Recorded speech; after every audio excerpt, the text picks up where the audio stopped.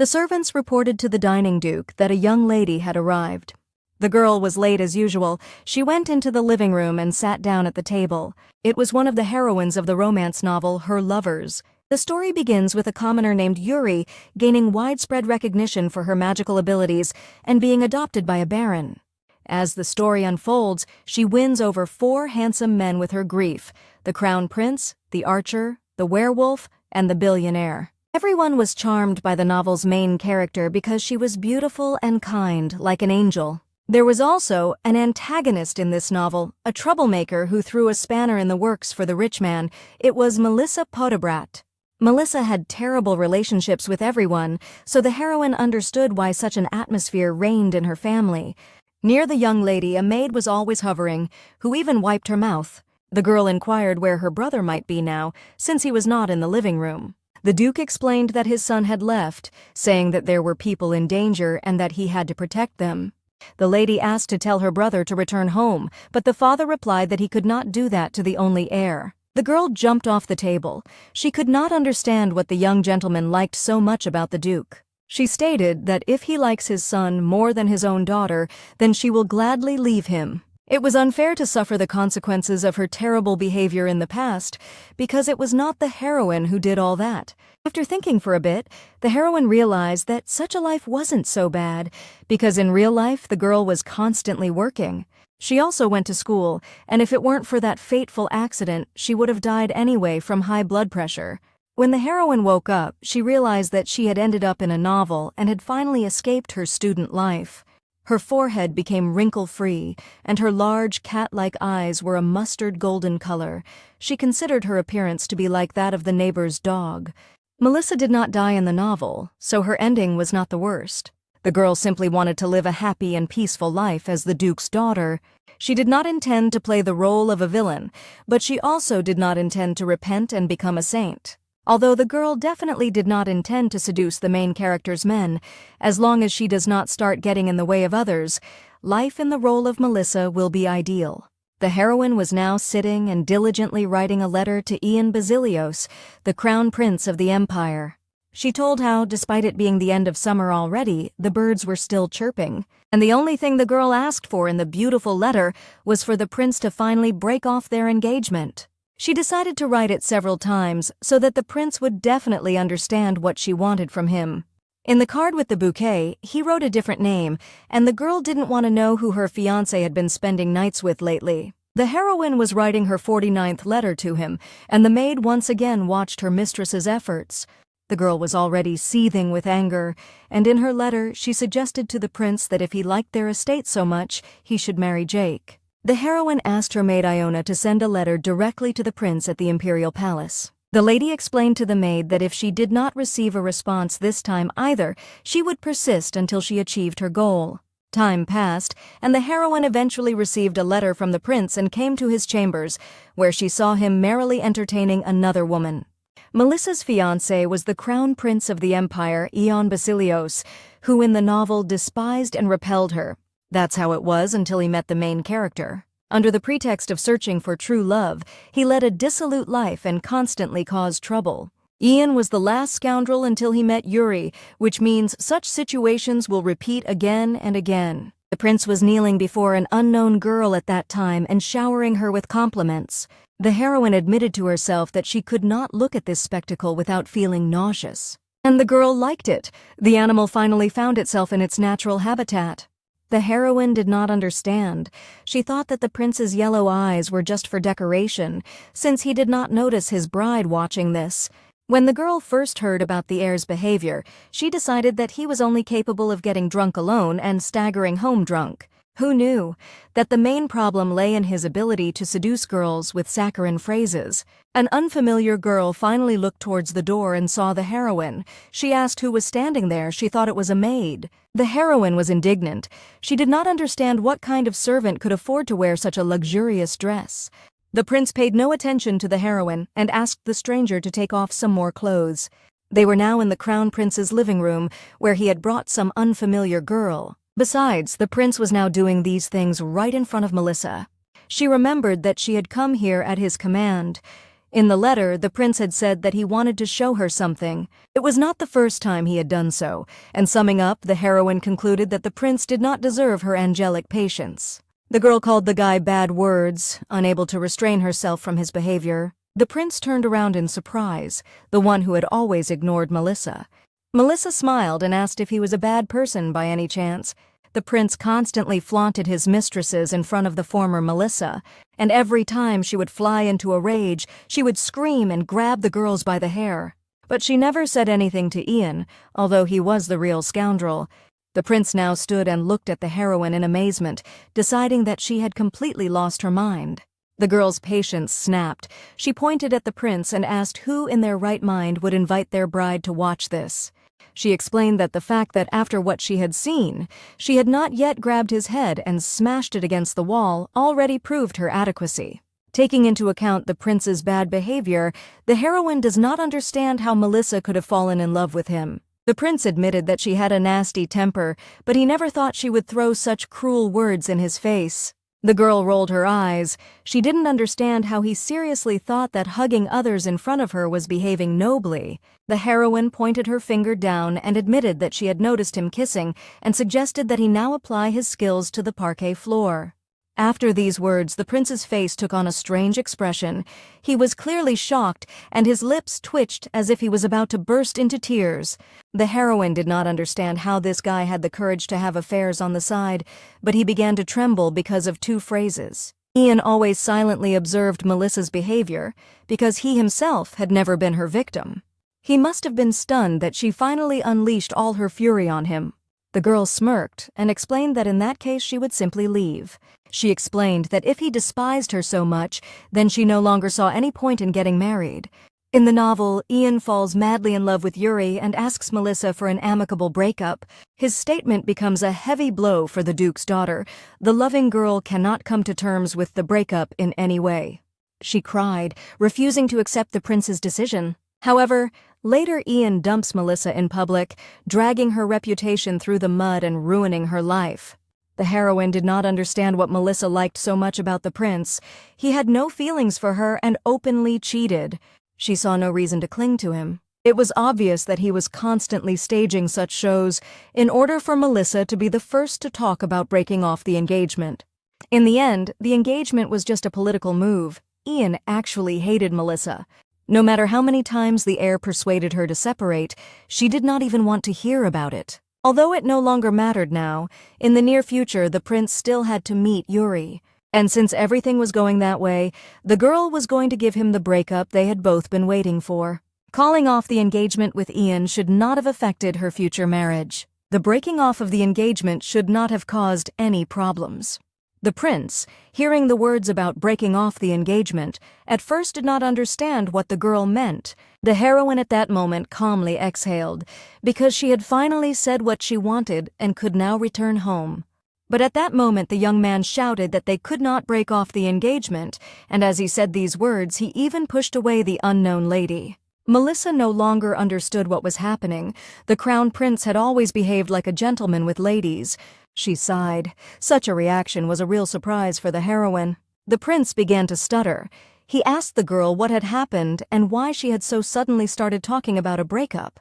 She pointed her finger towards the prince and explained that she was asking for precisely what the prince had been so persistently pursuing all this time. The girl did not understand whether he was sincere or not. If the prince did not intend to part ways, then what prompted him to act outrageously? She thought that perhaps the plot had changed somehow, and the prince had fallen in love with that girl instead of Yuri. The prince suddenly blushed and exclaimed that he was against the engagement.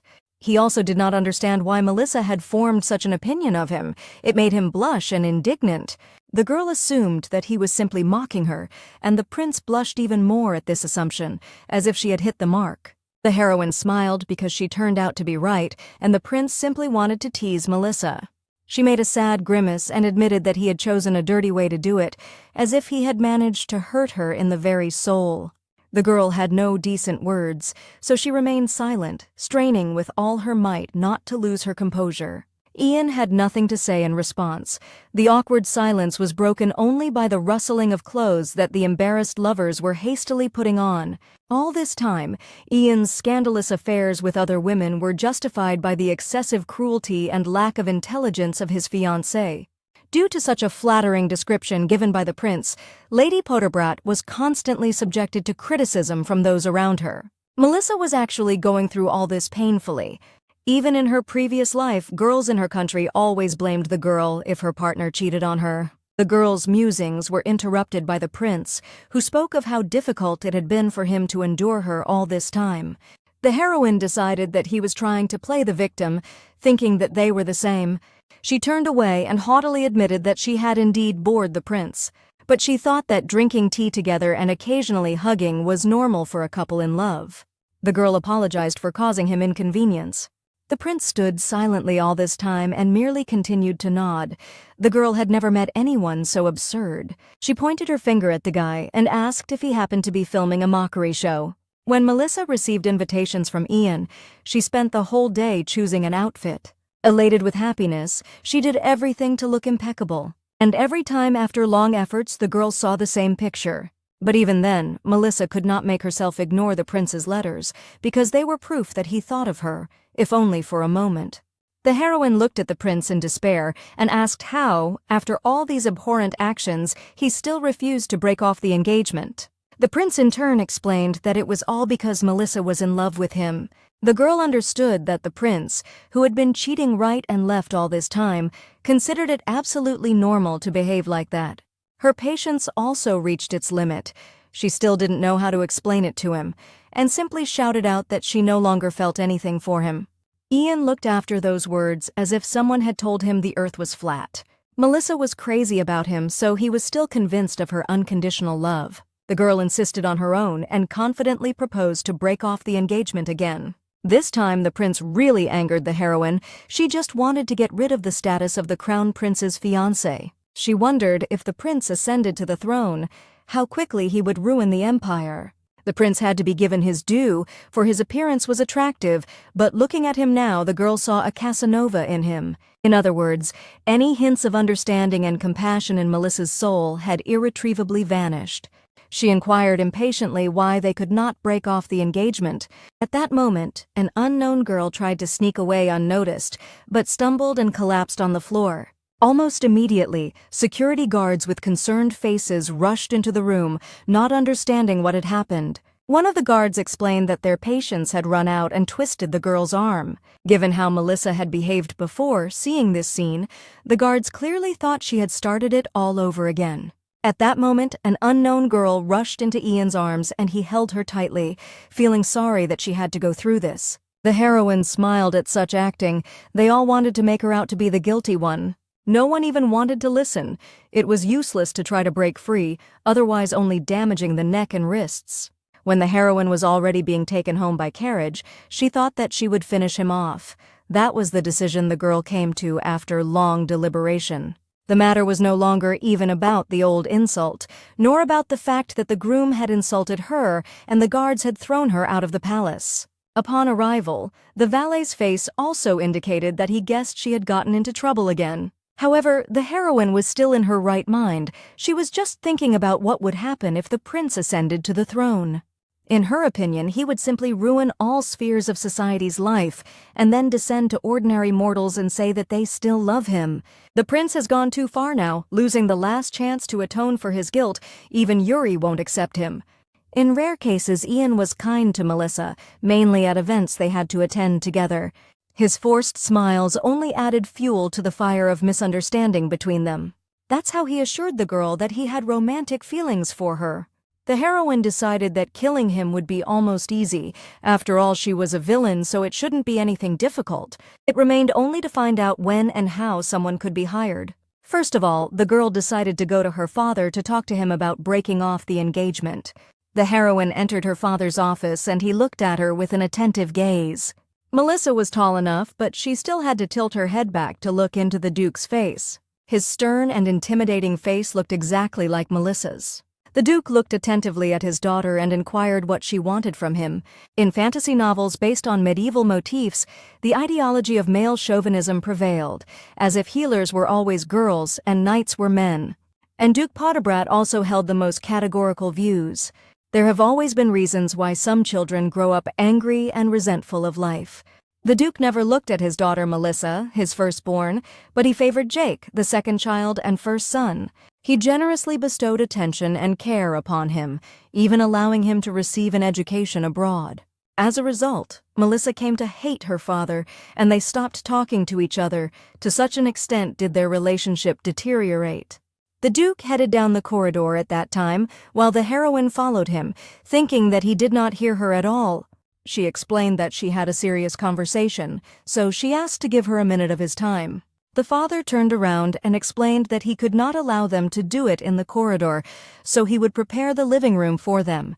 The girl understood that he was right, but she wondered why he had to strain himself so much. She thought that the Duke might be intending to take water to pour over his vile daughter.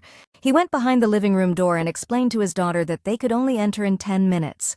When Melissa waited for the right time and finally entered the room, she saw that the entire living room was decorated in pink, with balloons and cupcakes on the table. The heroine hoped that she was not the only one who saw this explosion at the unicorn factory and did not understand why the Duke remained calm about it. The girl cheerfully pointed her finger towards her father and inquired whether he had been struck by lightning while she was away. Instead of answering, the father asked the maid to pour the tea that he had prepared especially for this occasion. The girl looked at the tea of the same pink color as the whole room. She sincerely hoped that he had not added poison to it. She noticed that the Duke was drinking coffee, not tea, and that was even more suspicious. He explained to Melissa that it had been almost 10 years since they had sat together and talked.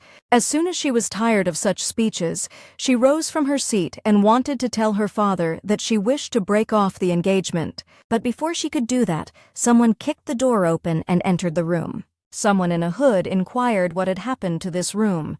Melissa rolled her eyes and asked why he couldn't just knock or at least come in properly. The strangely dressed young man turned out to be Jake Podebrat, the heroine's younger brother. He completely ignored her question. He was one of Yuri's lovers, as well as the heir to the Duchy of Podebrady. The boy was also a professional imperial mercenary. Thanks to him, all those who rebelled against the ruling family died a mysterious death. The heroine's brother looked at her arrogantly and inquired about the purpose of her worthless existence. In the novel, Jake despised his sister, but nevertheless he had an excellent reputation. He showed good results in shooting and witchcraft.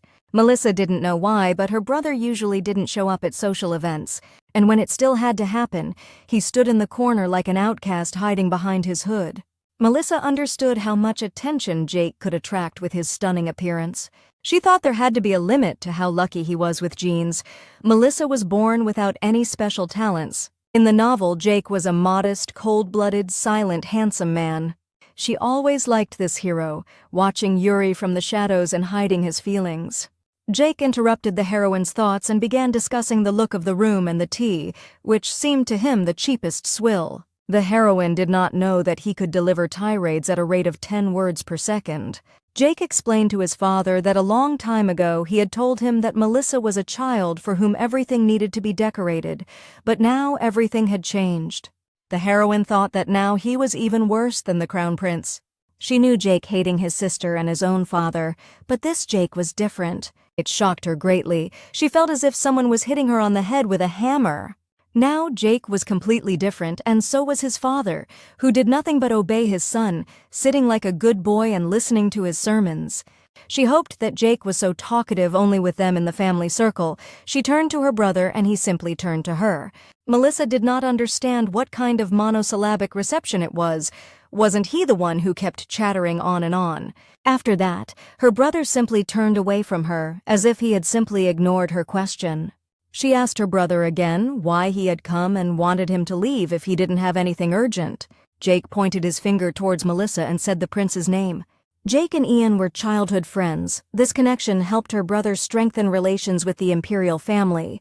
Therefore, how they became enemies because of Yuri was incredibly dramatic. The brother explained that Ian had told him everything and asked the girl not to break off the engagement. Melissa assumed that he had come here at Ian's request. This version is the most plausible if you recall his murderous gaze. Jake was looking for his father to convey Ian's request to him, and the maid told him where the Duke was now. Since Melissa could not disobey the will of the head of the house, her plans to break up with the Crown Prince would be shattered. The heroine made a sarcastic face and asked her brother who he was to give her orders. She said that Ian advised his sister to get her head treated, and Jake came to fulfill his demand. The brother looked angrily at his sister and explained that she had indeed gone crazy. Melissa grumbled indignantly that he didn't even show her proper respect as an older sister, so she didn't consider him a brother either. The heroine thought that her brother understood that informing on her to the Duke was vile. She said that she was going to break off her engagement to the prince because she could no longer stand him. Melissa turned to the Duke and told him to keep his displeasure to himself. She felt that she was a little more aggressive than she had planned. She hoped that everything would somehow work out. When the heroine reached the room, she was furious that her cozy room had turned into hell. It was all plastered with posters of the prince. On the floor and on the ceiling, the prince was all over the room. She did not understand how Jake dared to do such a thing. She wondered where he had gotten all the posters of Ian in various poses, whether it was even legal to take so many pictures of the prince. In addition, it seemed they were glued by magic, and it was impossible to tear them off.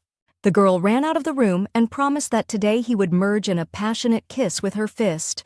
With burning eyes, she set out to search for her brother, but apparently he is not an imperial assassin for nothing, because she did not find him.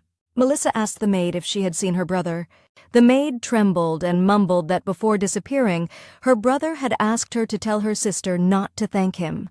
The girl decided that her brother still thought she was obsessed with the prince, which is why he took all her actions as an attempt to draw attention, and he thought that at the sight of his images, she would go mad again.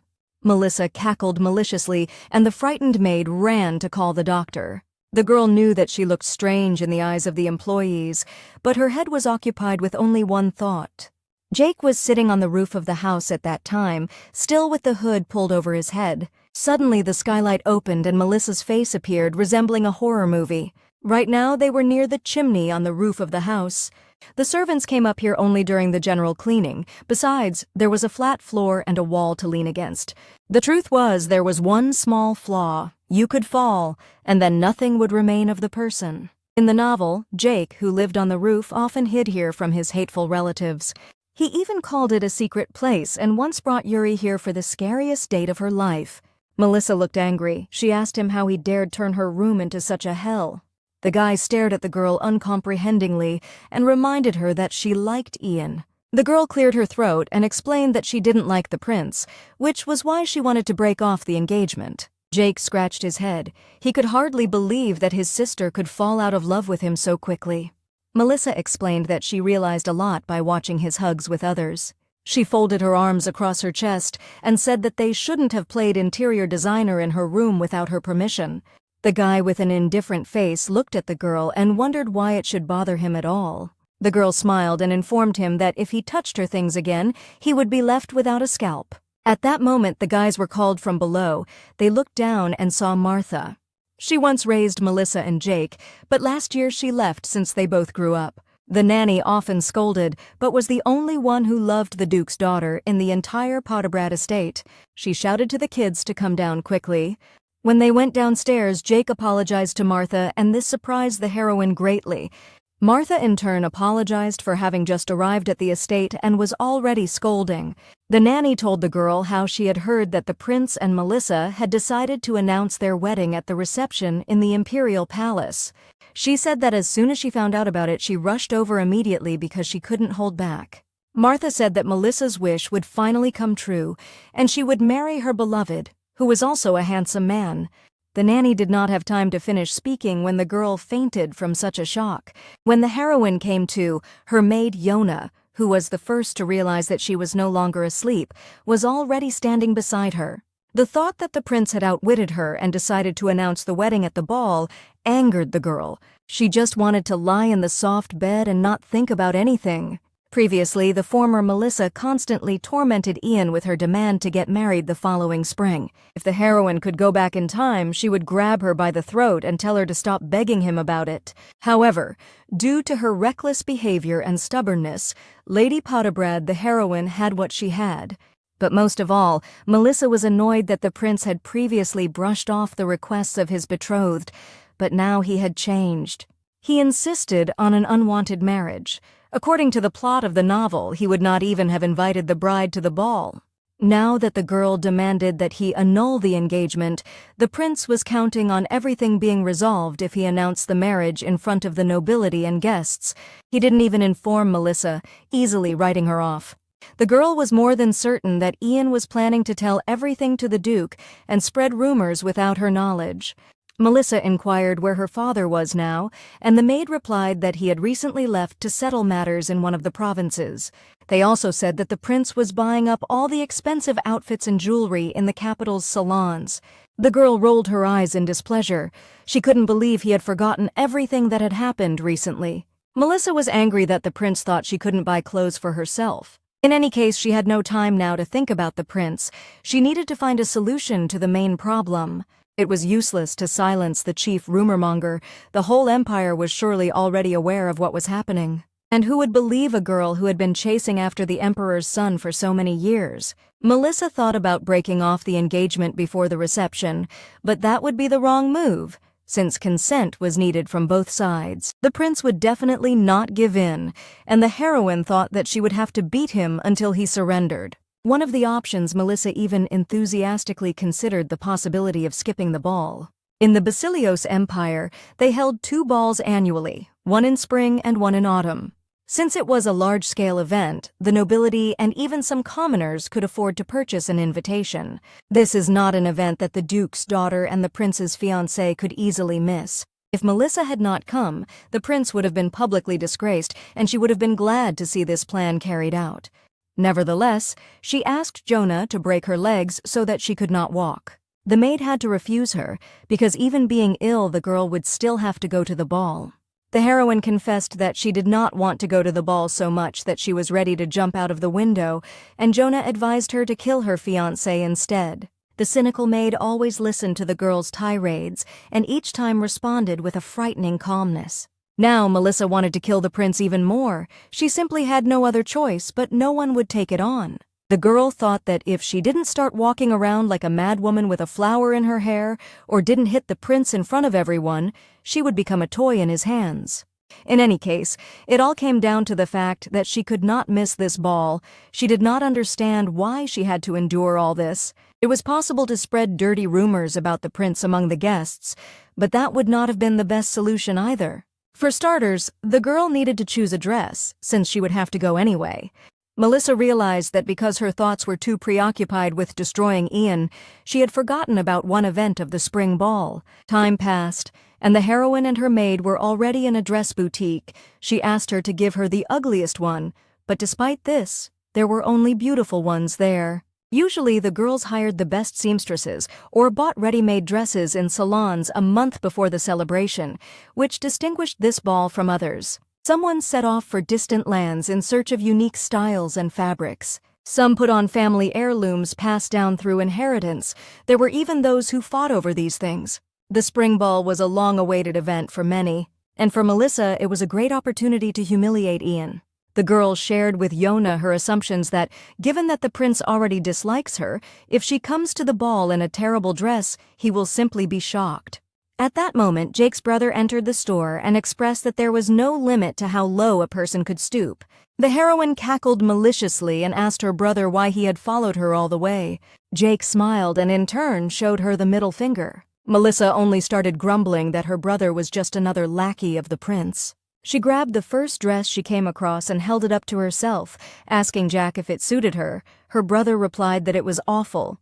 Then the girl turned to her brother and advised him to take the most horrible dress and marry the prince himself. After that, they left that place together with Jonah, leaving the brother alone there. One of the pages also escorted Jake out of the store and wished the angry brother a good day. The girl was walking down the street and was angry that on such a beautiful and sunny day she was stuck there choosing a dress for herself. Yona asked her if she realized that the ball was the following week. Melissa understood that she should have acquired an outfit long ago, but she really didn't want to deal with it. The essence was that the heroine had a terrible sense of style, and her social skills were even worse, even her gentle smile more resembling a malicious one. To order someone like Melissa to prepare for the ball meant to demand the impossible, and yet she still hadn't figured out how to get rid of Ian at the ball. The situation was as bad as it could be. Suddenly the girl noticed some figure lying between the houses. She asked Jonah who was there. She pointed her finger at the passage between the houses, where some person was lying face down. Melissa ran to the man lying on the ground, though the maid asked her not to approach him closely.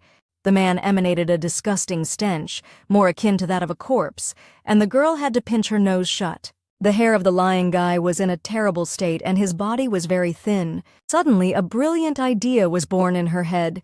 She found a simple and effective way to get rid of the prince. The girl happily extended her hand to the guy lying on the ground and explained that she wanted to help him. The guy grabbed the girl's hands in bewilderment and nodded his head. Many girls at the ball must have paid attention to Ian. But if compared to the women in the crown prince's embrace, the man opposite the heroine was not a bit inferior to them in charm. The girl looked at the young man, who was now washed and combed with rapture. One of the advantages of being reborn into Melissa's body was that there were more opportunities to gaze upon handsome men.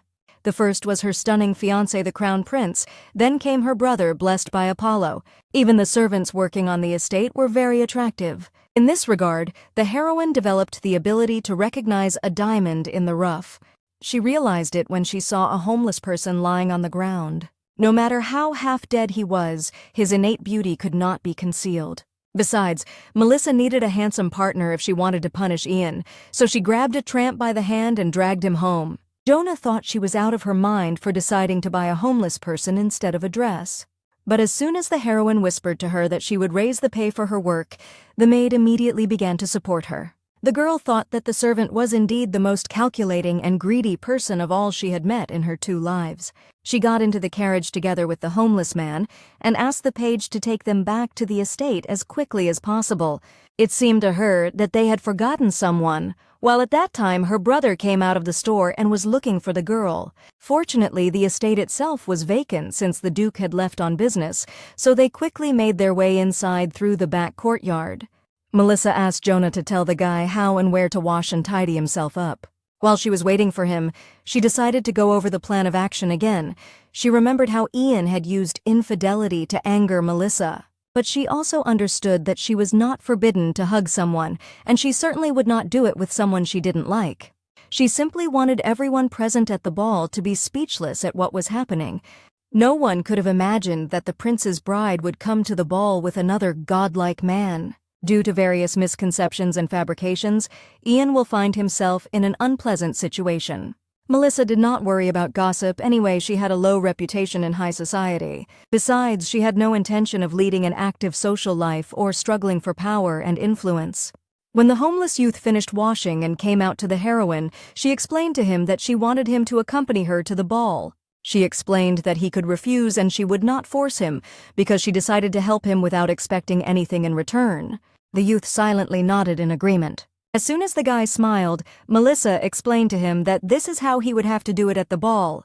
She praised him and acknowledged that he was truly incredible. When the guy blushed, the heroine didn't notice how she herself quietly laughed in response. She lost her composure and didn't notice how she burst out laughing, but in time she pulled herself together and decided to ask what his name was. After the boy's silence, she realized that the boy was not mine, or rather he simply had no tongue. Yona at that moment exclaimed that she had a solution to the problem and offered the heroine a sheet of paper so that the young man could write something. The youth took the sheet and wrote that his name was Nine. Now the heroine understood how she could address him and promised to be careful. He wrote to her that until that moment he had been a worthless, homeless beggar and was very grateful for the chance to start life anew. Melissa decided to eat first and then continue the conversation. Nine ate the food with pleasure, and the girl was only glad of his increased appetite. Some time later, the maid knocked on the lady's room and explained that the prince had already arrived to escort her. Finally, the long-awaited hour arrived, and Melissa awaited her entrance with impatience. She had bought a luxurious dress with red hues. In the lobby, Nain was already waiting for her. He gallantly offered her his arm and was ready to accompany the girl. Her plan was so desperate and reckless, the girl was sure that if Martha knew about it, she would have a heart attack.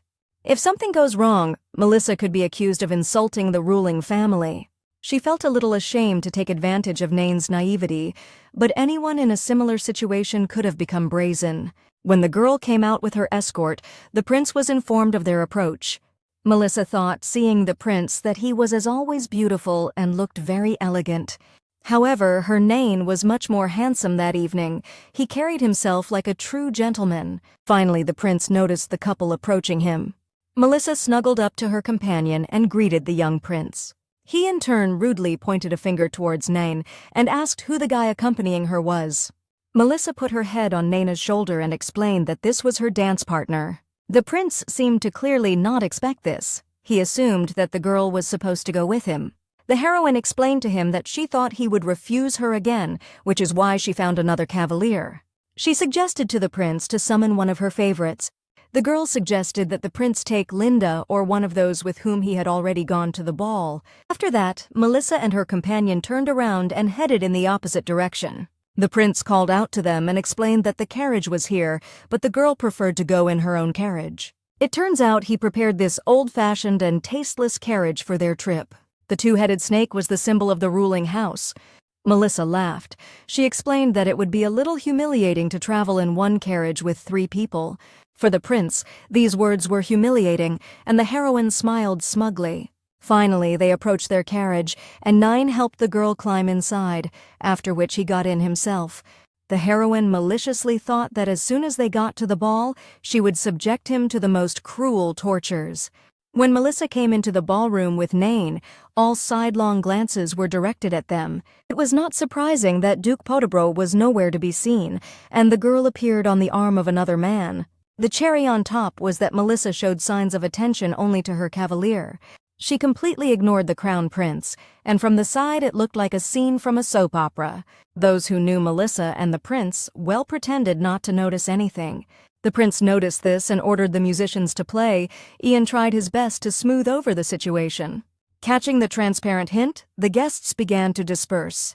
The heroine crossed her arms over her chest and looked around discontentedly. She saw that the partners had trampled on each other's feet and hems, trying to look in their direction during the dance. Meanwhile, the prince approached the girl and extended his hand to her, inviting her to dance, but she refused him. She laughed and explained that the duke would not approve of her dancing with another man.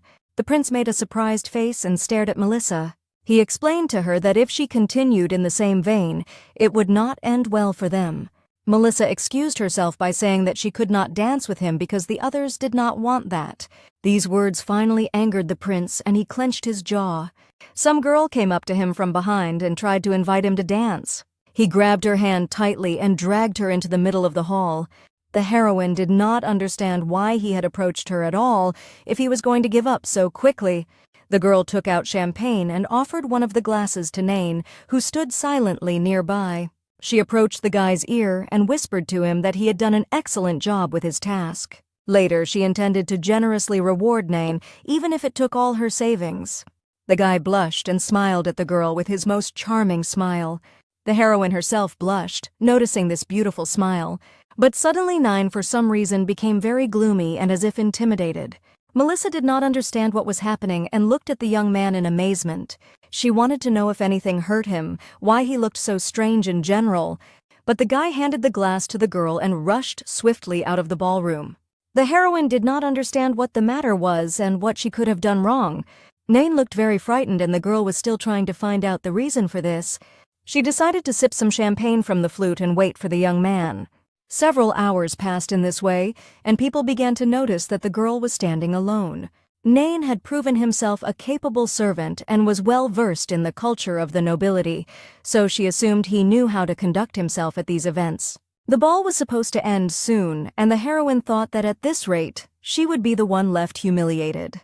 Melissa decided to find Nain at all costs herself and set off for the garden. After some time searching, she sat wearily on a bench and thought that the prince might have threatened her companion while she wasn't looking. She couldn't even openly search for him because everyone would immediately pay attention to that. If things continue like this, the heroine could become a villain who was abandoned not only by her fiancé, but also by her lover. Suddenly, a hurrying shadow flashed through the garden, and the heroine thought it might be Nain. She rushed out onto the path and saw a girl who was an exact copy of the heroine from the novel. Melissa addressed her by name, and the girl turned to her in surprise. Shining golden curls, big blue eyes, the girl resembled a water lily blooming in the moonlight. At first glance, she charmed everyone with her beauty. She was the main character of Yuri Elizabeth's novel. The heroine hurried to explain that they were meeting for the first time, but she had heard a lot about her. The girl smiled shyly and explained that she was the Baron's adopted daughter, Elizabeth. Melissa laughed and said that she was much nicer than the rumors about her. Elizabeth's lineage was incredibly powerful. All its descendants were brilliant mages. If a child was accepted into this family, it meant they possessed astonishing magical power. The heroine thought that the girl was probably tired of this, but she had other plans now. She had to find Nain. At that moment, the approaching voice of the prince who was looking for her could be heard. Melissa wondered if he had followed her to bring her back to the ballroom and announce their engagement while Naina was not around. As soon as the prince peeked around the corner at the heroine, his cheeks flushed, and his gaze fixed on someone. It was the second when Ian Basilios fell in love with Yuri. Their first meeting took place precisely at the spring ball. It was one of the key moments of the novel. He appeared before her eyes now, and it was as if someone was whispering to Melissa that she was just a minor character in this story. For some reason, because of this, she felt disgusting. A little later, the heroine was already sitting in her room next to her maid. She was extremely exhausted, but at least she didn't get what she was afraid of. She told Jonah how she returned from the ball completely alone and could not find Nain anywhere. And the fact that the prince did not announce the wedding date was also not her merit, even though everything was going according to plan. The heroine was thinking about what she might have done wrong, and perhaps that's why Nain refused to help her with this. She decided that she would never trust men again, and sighed heavily. During the ball itself, after Nain had run away, he decided that he had to get out of there faster and ran through the forest. He knew that if he was near Lady Melissa, she too would be drawn in. He did not manage to run far away. A red-haired stranger met him. He greeted Nain with a smile and called him the disgrace of the wolf clan. The stranger did not understand why he was alive and swung his claws towards Nain, who in turn thought that at that moment he would like to return to Melissa and ask for her forgiveness. At that moment, Martha ran into the room and started hitting the heroine on the back, urging her to pull herself together. The nanny had come such a long way to congratulate her on her impending wedding, and with the Duke's permission, decided to stay. She folded her arms and looked at Melissa with concern, wondering if it happened because the prince had not announced a wedding date. A few days ago, she met the main heroine of the novel at the ball.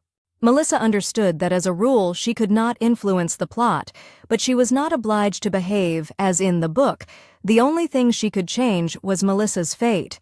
Therefore, no matter how hard the girl tries to spite Ian, a path strewn with rose petals leading to a bright future with Yuri will still be laid out before him. From the full realization of what was happening, the heroine's motivation finally disappeared. Martha was trying to persuade Melissa to go out and get some fresh air at that time. The nanny even prepared a little basket for her. She suggested to the heroine that they go out together and have a picnic. Martha was undoubtedly a wonderful nanny, but she cooked terribly. The heroine prayed to all the gods to protect her stomach. The nanny had certainly prepared a tent and a small table in the yard in advance, which were now standing there, and all this was for Melissa. Looking at her joy, the girl did not want to spoil the moment. She was ready to sacrifice her health for her. But before Melissa could touch the food, a shrill whistle was heard and someone was falling from the sky. The girl rushed at the nanny and knocked her to the ground, covering her with her body. Martha immediately looked over her mistress with concern from head to toe and inquired if she was all right. Apparently, he would first have to deal with the uninvited guest who was now standing in the middle of the lawn and greeting the girl. The heroine stood up, adjusted her hair, and explained that she had not invited him. She recognized the stranger as one of Yuri's men. In turn, the stranger assumed that she was a stupid girl who brought men home indiscriminately. The girl called him by name and explained that he had no right to burst into the Duke's domain. Jack Porton was confused. He didn't know that the heroine knew him so well. He thought that such a pitiful creature as a frail, defenseless girl could not stop him. Among the werewolves, Jack ranked second in strength and influence. He was unshakably convinced that humans were no match for him. They were at the Pottebrad estate. Martha and other servants were also there. The girl didn't want Jack to harm them in any way, and he in turn asked her not to upset him. The heroine was thinking whether she should give him a chance to speak or not.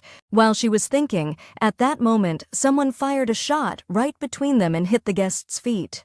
It was Jack Potebrat who burst out onto the stairs with a rifle and aimed straight at the wolf. Jake fired the gun not to protect the servants nor to punish the stranger, but because of his own allergy to dogs. Jake was allergic to dog hair, and the wolf belonged to the dog family. The werewolf shouted for Melissa's brother to lower the gun and settle it fairly with fists. But Jake kept shooting, and the werewolf kept running from him. The heroine thought that if she had a gun, she would have riddled them all herself. The werewolf tried to throw even logs at the heroine's brother, but missed. Martha became worried about the mansion and ran to save it, but lost her footing and fell. The girl got angry at the rowdies because of this, and shouted for them to stop immediately.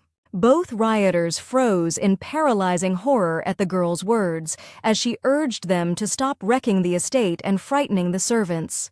The heroine explained, folding her arms across her chest, that in her father's absence she was in charge here, which meant they had to obey her. Melissa turned to the werewolf and offered him to pay an official visit, since he had something to report. As soon as the wolf wanted to object, the heroine looked at him with her devilish gaze and told him to get out before he became a rug. Then she yelled at Jake and explained that it was not normal for the estate to collapse and for the servants to faint in terror. She sarcastically remarked that he performed the duties of an heir so brilliantly that his ancestors were ready to crawl out of their graves and dance. Melissa concluded that they were both mistaken in considering themselves the strongest, and it would be better to channel their abilities in a different direction. While the sister screamed at her brother and the werewolf, the servants watched this rapturously behind her back. Sometime later, the girl sat in her chambers and cooled her aching head. For the first time, these two were listening to her, most likely because they did not expect to encounter her fury. At that time, all the servants ran into the room and were still looking at Melissa in rapture, wondering if they should call a doctor. She was surprised at how they had all managed to gather here, because according to the novel, the servants usually avoided Melissa. One of the maids explained that they were very touched by how the lady stood up for them. The heroine understood that it was certainly not easy to serve the Duke's family, where each member had a nasty temper. She turned to the servants, and with a smile thanked them for all their efforts. When they finally left, the girl thought that if Jake came again, he would undoubtedly harm both the estate and the people.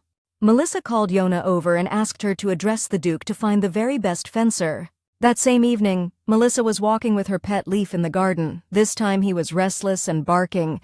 The dog hurriedly led the girl to some wounded animal that looked more like a blue wolf. Sometime later, on one of the days, the fencer clapped his hands and acknowledged how talented Melissa was. Just a month passed, but the girl's fencing skills noticeably improved and she became a real pro. However, everyone at the court ridiculed such behavior of Melissa. If it were not for the recent events, she would never have learned about her inclinations. The heroine initially wanted to master only a couple of basic techniques, but at this pace, she thought she could achieve more. At that moment, a servant approached her with a bundle on a tray and explained that it was a letter from the Porton family. The parcel was tied with a red thread, which means that only Jack Porton could have sent it, as he was the only one who had red wool.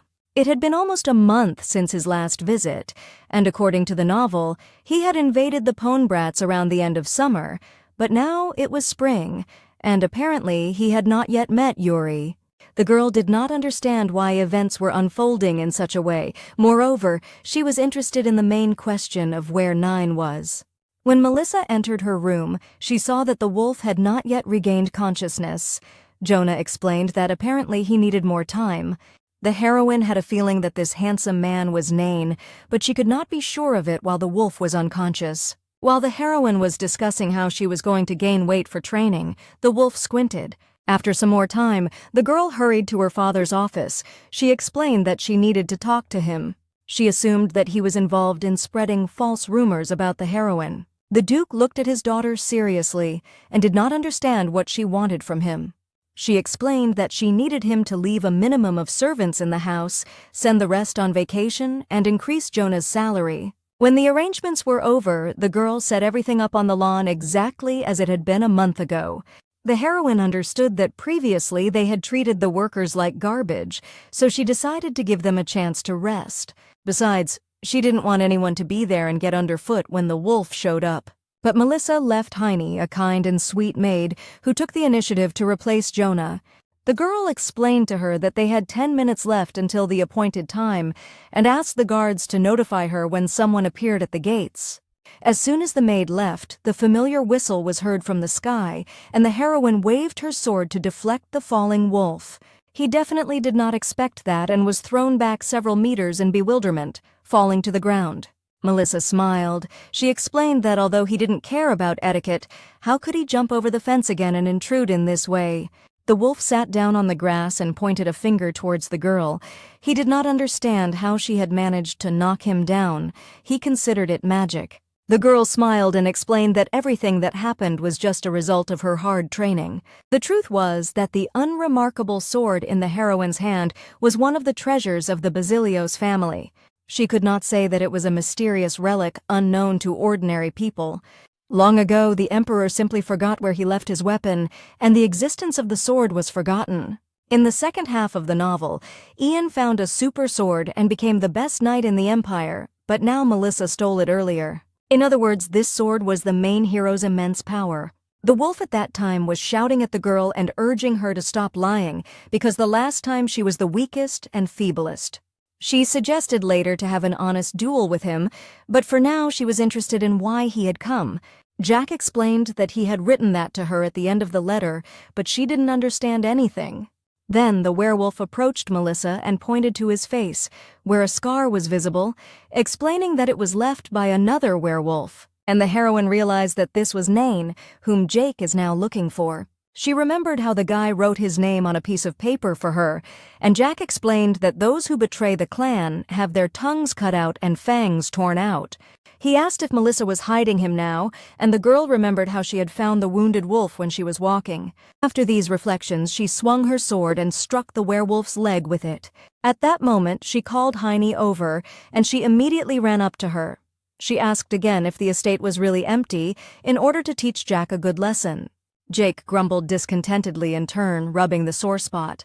The next moment, he furiously rushed towards Melissa, ready to tear her to pieces. But it turned out annoyingly for him, as the girl defeated him, and after a while, she was already sitting and drinking tea, while the wolf was kneeling in front of her. She inquired what made Jack think she was hiding Nain at her place. He said that he had tracked the blue wolf on the day of the ball and planned to kill it, but it scratched him and ran away. And last time the werewolf wanted to check if it was the same Nain, but the heroine's brother ran out and started shooting. Suddenly, footsteps were heard, and Nain himself approached the lady from behind. He put his hand on Melissa's shoulder, and she explained that she hadn't hidden Nain, but she wasn't going to hand him over either. The girl explained that Nain was now one of her people, and she didn't like sharing what she considered hers. After some time, the girl said that she was as surprised as Jack when she saw that instead of a wolf, there was a guy on the bed. The girl laughed while rebandaging her arm, and at that moment the guy thought that she was clearly more surprised than Jack. Time ago, when the heroine was at her father the Duke's, she explained that she wanted to see Nain as her butler. The father explained that it was dangerous to choose servants based solely on their appearance, but the girl explained that she had chosen him for entirely different reasons. She explained that no matter how much the young man wanted to, he could not blurt out one of their secrets, and the Duke was surprised to learn that the lad had no tongue. As a result, Melissa's father gave up and offered her to make her own decision about the guy. Walking down the corridor, the girl smiled and told him that she had to work hard for his sake. She expected that now he would try his hardest while staying in this house. When they entered the room, the heroine asked to close the door, but unexpectedly for herself, she coughed and found that there was blood on her hands. The last thing she saw was the shocked Nain running towards her before her consciousness faded. The girl did not understand where she was. A small crying girl sat in front of her. Melissa approached her across the water and asked why she was crying. She wanted to hug the little girl and reached out to her with her arms. But the girl did not want hugs. She turned to the heroine and angrily said for her to bring Ian to her. She explained that this was the guy she was engaged to, though Ian was always busy. When they got married, she would be able to see him more often. When Melissa learned that she and her fiancé had last seen each other 2 years ago, she was angered by this, believing that no matter how busy he was, he had no right to abandon his bride. Suddenly the girl started fighting. She told how Jake taught her this and said it was cool. The girl waved her hand and realized that the heroine could not bring Ian to her, so she could step. The girl smiled and noticed that the little girl was no longer crying, which meant she had grown up and no longer needed Ian. The girl immediately pouted her lips and whispered shyly that she still needed Ian, because no matter what others said, she loved him. She shared that she wants to get closer to her brother, and she also likes dogs, but she's afraid of wolves. In the end, the girl looked joyfully at Melissa and said that although she was different from her, she was still Melissa Podobrat. At that time, Melissa heard many voices calling her from somewhere. The girl also heard the voices and explained that all these voices were calling the new Melissa, not the former one. This life now belonged only to her, so the heroine clenched her tiny fist and decided to defeat everyone. When Melissa opened her eyes, concerned servants and a crying Nain had gathered around her bed. She stared at them in bewilderment and did not understand why they could not simply give her a little peace. Nain moved closer to the lady and took her hand in his hands. He was terribly worried about her health. At that moment, she looked businesslike at her new acquaintance and explained that she had asked to close the door before fainting so that no one would come in and start fussing. When the heroine had fully recovered, she sat in the living room at the table with the Duke and inquired of him whether she could take a vacation. The truth is that Melissa did get injured during the battle with Jack. An ordinary wound could have been healed with rest. But Melissa's case was unusual. Werewolves possessed their own unique energy, different from human magic. If their aggressive energy penetrates the human body, it engages in a struggle with it, causing a violent reaction. Melissa had very little magic, but she did have some, so she tried to avoid bites. At that time, the Duke suggested whether Melissa would like to go to the rural areas of Podobrady, but the girl refused. She explained that she wanted to go to Lipton, and this greatly shocked the Duke. He did not understand what she would do there. She confessed that she adores wastelands. She wants to go to Lipton to relax. The girl had completely read the novella, so she was confident that Yuri possessed magic that could heal any disease. Maybe she could restore Nain's tongue. A day later, Nine and Yona, Melissa's small team, were already standing near the carriage.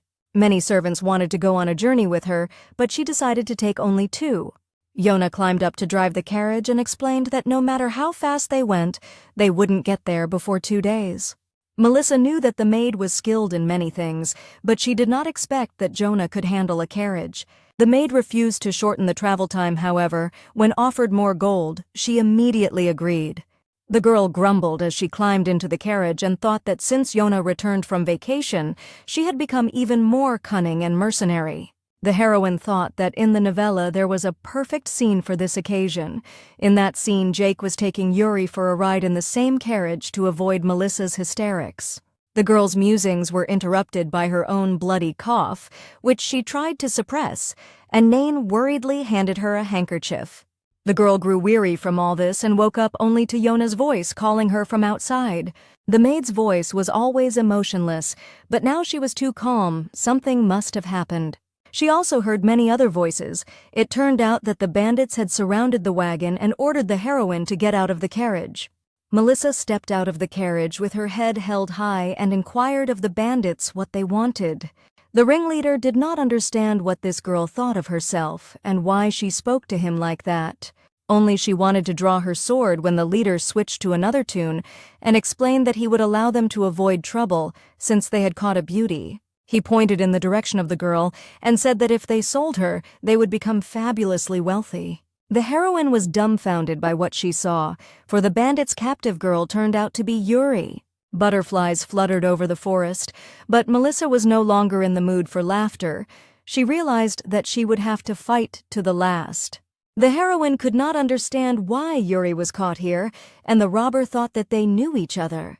Melissa thought that unlike the original story, the male characters there were still as weird as before, so she was just going to save her instead of them. As soon as the fight was over, the heroine told the robber to hurry and take care of his wounds. She didn't kill anyone, but she damaged their arms and legs, and in this state they won't be able to attack anyone in the near future. She turned to Miss Yuri and held out her hands. However, the heroine had blood all over her hands, and most likely the girl was scared. Still, Melissa was glad that this was her best battle. Yuri noticed that some of the blood on her dress was due to her coughing a lot. But Melissa didn't care. She asked if the heroine was hurt. She said that Baron Elizabeth adored the girl so much that even when reading the novel she was amazed at how stupid he became. Just when Yuri thought the girl was out of her mind, she said she was just a sick person on vacation. Because Melissa's magic and the werewolf energy were fiercely fighting each other in her body, all of her internal organs were now jumping around like mountain goats. But Melissa was determined that she would not pass out again because she had amazing stamina. However, now this endurance was not enough because the heroine began to lose consciousness. She realized that someone had tried to knock her out, and she thought that Yuri definitely couldn't do it. Melissa thought this group was destined to fail from the start before falling asleep. She woke up from a bright ray of sunlight and did not understand where she was. Yuri explained happily that they were at Elizabeth's estate in Liptun. Melissa breathed a sigh of relief, thinking that peaches and lemons were popular here. Yuri said that if she continued to talk nonsense, she would have to turn it off again. The girl joyfully exclaimed that this was a real relief for them. Everyone was worried. Melissa realized that she had been turned off for 4 whole days, and Yuri said that the blue-haired man was very worried. The heroine thanked her friend for looking after her all this time, but Yuri brushed it off, saying that she should be thanking her for everything. Elizabeth's family, full of magical chauvinists, was almost as unique and closed as the werewolves. So Melissa originally planned to hide outside the estate, waiting for Yuri to show up. But now that she was able to get inside their mansion, and even the Baron wanted to reward her, half of her plan was complete. Melissa told Yuri that she was not in the best condition yet. She admitted that she was currently suffering from an unusual illness and that only she could help her. Yuri was immediately interested in how she could help Melissa. Yuri said she could help if she infused stronger magic into her. Yuri admitted that she had never encountered such a situation before, so she wanted to find out more information. After Yuri left, Melissa was finally able to breathe a sigh of relief. Once her condition improved, she would have to ask for Nain too. Restoring his language was no easy task, and she would have to be especially careful when using human magic on a werewolf. Suddenly someone entered the room. Melissa felt it. The next moment, a huge blue wolf jumped right into the girl's arms. And it turned out to be Nain. The wolf was crying and whining. The girl hugged him tightly. She thought that if someone saw him like this, they would think that she had abandoned him. But at that moment, Yuri entered the room and saw a wolf. She asked what kind of animal it was. Melissa admitted that it was her pet. Yuri said that the girl could be extremely frank with her now. She misunderstood the situation and thought that it was the werewolf who attacked her then. There was a misunderstanding between the wolf and the girl, and Melissa wanted to look for a sword to hit herself in the face with it and pass out again. When magicians encountered shapeshifters who possessed energy opposite to theirs, they responded in 2 ways. The mages became either overly angry or overly curious. In other words, showing up in front of Elizabeth's family in the form of a wirewolf was pure suicide. Nain at this time thought that this girl was keeping him away from Lady Melissa. Yuri at this time thought that he had no fangs, so Lady Melissa could not have been injured by this werewolf. She thought that the girl was still feeling terrible, and how could he cause so much trouble for Lady Melissa when she was sick? Yuri felt guilty that the prince was courting her. Despite this, she didn't care about the situation at all. She showed her kindness by saving her. And now, in Yuri's mind, Melissa needed her so she would protect her. Melissa explained that the girl simply misunderstood the situation and asked her to calm down. She asked the wolf to leave her bedroom, and Yuri was happy and said that there were many important things she needed to discuss with her. In one of their old books, she found a way to completely cure Melissa. The girl said that she could tell for sure that she would have to use a lot of magic, because Melissa had practically none. And yet she promised to cure her, so she asked not to worry about it. Melissa in turn said that she clearly didn't mind the pain Melissa felt from the surge of magic into her body. But it wasn't as bad as the pain when you go out in the morning to drink some water and then suddenly hit your little finger on the sharp wooden corner of a nightstand. Or you step on Lego pieces scattered on the floor or cut your fingers on calendar pages. And the icing on the cake is that your phone falls on your face while you're flipping through comics in bed. In other words, it was very painful, but Melissa was ashamed to tell Yuri about it. She explained that she endured the pain anyway because Yuri tried so hard for her. When it was over, Melissa thanked her and said she felt much better. Yuri said it was nothing, considering she saved her life. Melissa admitted that it didn't look like she was in any real danger. Yuri couldn't tell her the real reason why she fell into the hands of the robbers, because she was hiding from her fiancé. Melissa noticed the strange expression on his face and didn't know if she should ask. Suddenly a sirenade was heard outside the window, and the girl could not understand who needed it. She noticed from the blonde that her expression did not match the image of a typical main character. Yuri headed towards the balcony, and Melissa admitted that she had never seen Yuri with such an irritated face. When she looked out, the green-haired guy screamed even louder. There was only one guy in the Empire who could spend money on something like this. He had an unusual appearance and even more immense wealth. But behind this warm and gentle mask lies a two-faced psychopath who will later try to kidnap and lock up Yuri. This was the fourth and final of Peacock Melody's main male characters. The novel in which the girl is reborn is called Her Beloved and has 4 main male characters. Ian was the crown prince, who was not only kind and dissolute, but also a handsome swordsman. Jack was aloof and cold, but an unrivaled sniper who displayed unparalleled skills. Jack was a magnetic and headstrong werewolf with excellent physical attributes. And the last one was a green-haired man. He said that today he had prepared something more for her than just a love song. He deeply regretted that he could only give Yuri 1 cart. He was a charmer, an obscenely rich owner of the largest company in the Empire, Peacock. While reading scenes with Peacock, the heroine also almost clapped her hands and enjoyed every word he said. Yuri thanked the young man and said that she would not be able to accept such an expensive gift. He asked her not to refuse the roses, because such expenses were complete nonsense for him. As the heroine expected, the novel's last chance at romance went straight into the trash bin. He opened his van and offered to take a look at these roses. The van was completely filled with them. Yuri tried to admit emotionlessly that they were very, very beautiful. Melissa tearfully thought that if she were in his place, she would have given him a slap in the face long ago. Yuri, helpless, wanted to say something angry, but Melissa shouted at her in time. She covered her mouth and whispered that she couldn't do this. She hugged her and tried to calm her down so that she wouldn't say too much.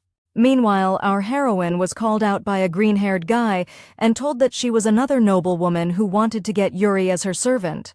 Peacock may have looked friendly and kind on the outside, but he was actually terrifying and cruel. If Yuri provokes him, she will end up the same way she ended up in her lover's extra story, a different version of bloodshed. Even Melissa thought he looked like he was planning to kill her. Melissa said that she is the most majestic villain, Melissa Pottabrat. The green-haired man didn't understand who this crazy woman was right in front of him. And she, in turn, put her foot on the railing and said that from that moment on, she was his rival. The heroine thought that it was all a figment of her imagination, so she loved crazy antics. She wanted to take a look at all the members of the harem she met, and one of them was the prince, showing off a bunch of mistresses. The other was a shooter who had lost all manners and conscience. The third was a fool who never thinks before he does anything. And the last one was a turbid and unbalanced psycho, squandering his fortune. Melissa couldn't even imagine that such fools could hang around her most holy Yuri. However, they were quite well-known public figures of the Empire. Yuri could not simply reject them due to lack of other choice. Melissa was kind and sweet, and they acted like fools towards her, but continued to be nice to Yuri. Even so, throughout the heroine's life, people humiliated others for who they were. Then they never became good. Even though she was a villain, she never intentionally provoked these cadres, given their poor treatment of her. Melissa didn't know what she could do in this situation, what the villain who was incredibly indebted to her and the villain who wanted to support her could do. Melissa admitted that from now on, she would protect Miss Yuri and would not allow such a rude man as the green-haired man to come near her. He, in turn, did not understand what this girl was talking about. Yuri just giggled. She said herself that she wasn't sure what Melissa was talking about. Melissa told the young man that if he wanted to fight her, he had to sign up directly before coming. After that, the girls entered the room and Melissa drew the curtains. After this, the heroine apologized for her inappropriate behavior. The girl admitted that she was very cool, and the shocked expression on Melody's face was incredible. At that moment, a worried Nain came into the room. Melissa asked him what was wrong. If you think about it, the heroine did not get rid of Peacock. An excellent reason was to ask Yuri to heal Nain. She didn't initially want to threaten the melodious one like that, but in the end she killed 2 birds with 1 stone. Nain, in turn, was now thinking about something else.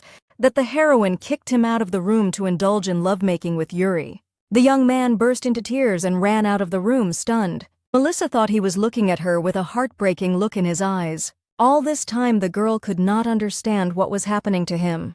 One day, a green-haired young man came to the balcony and asked Miss to come down.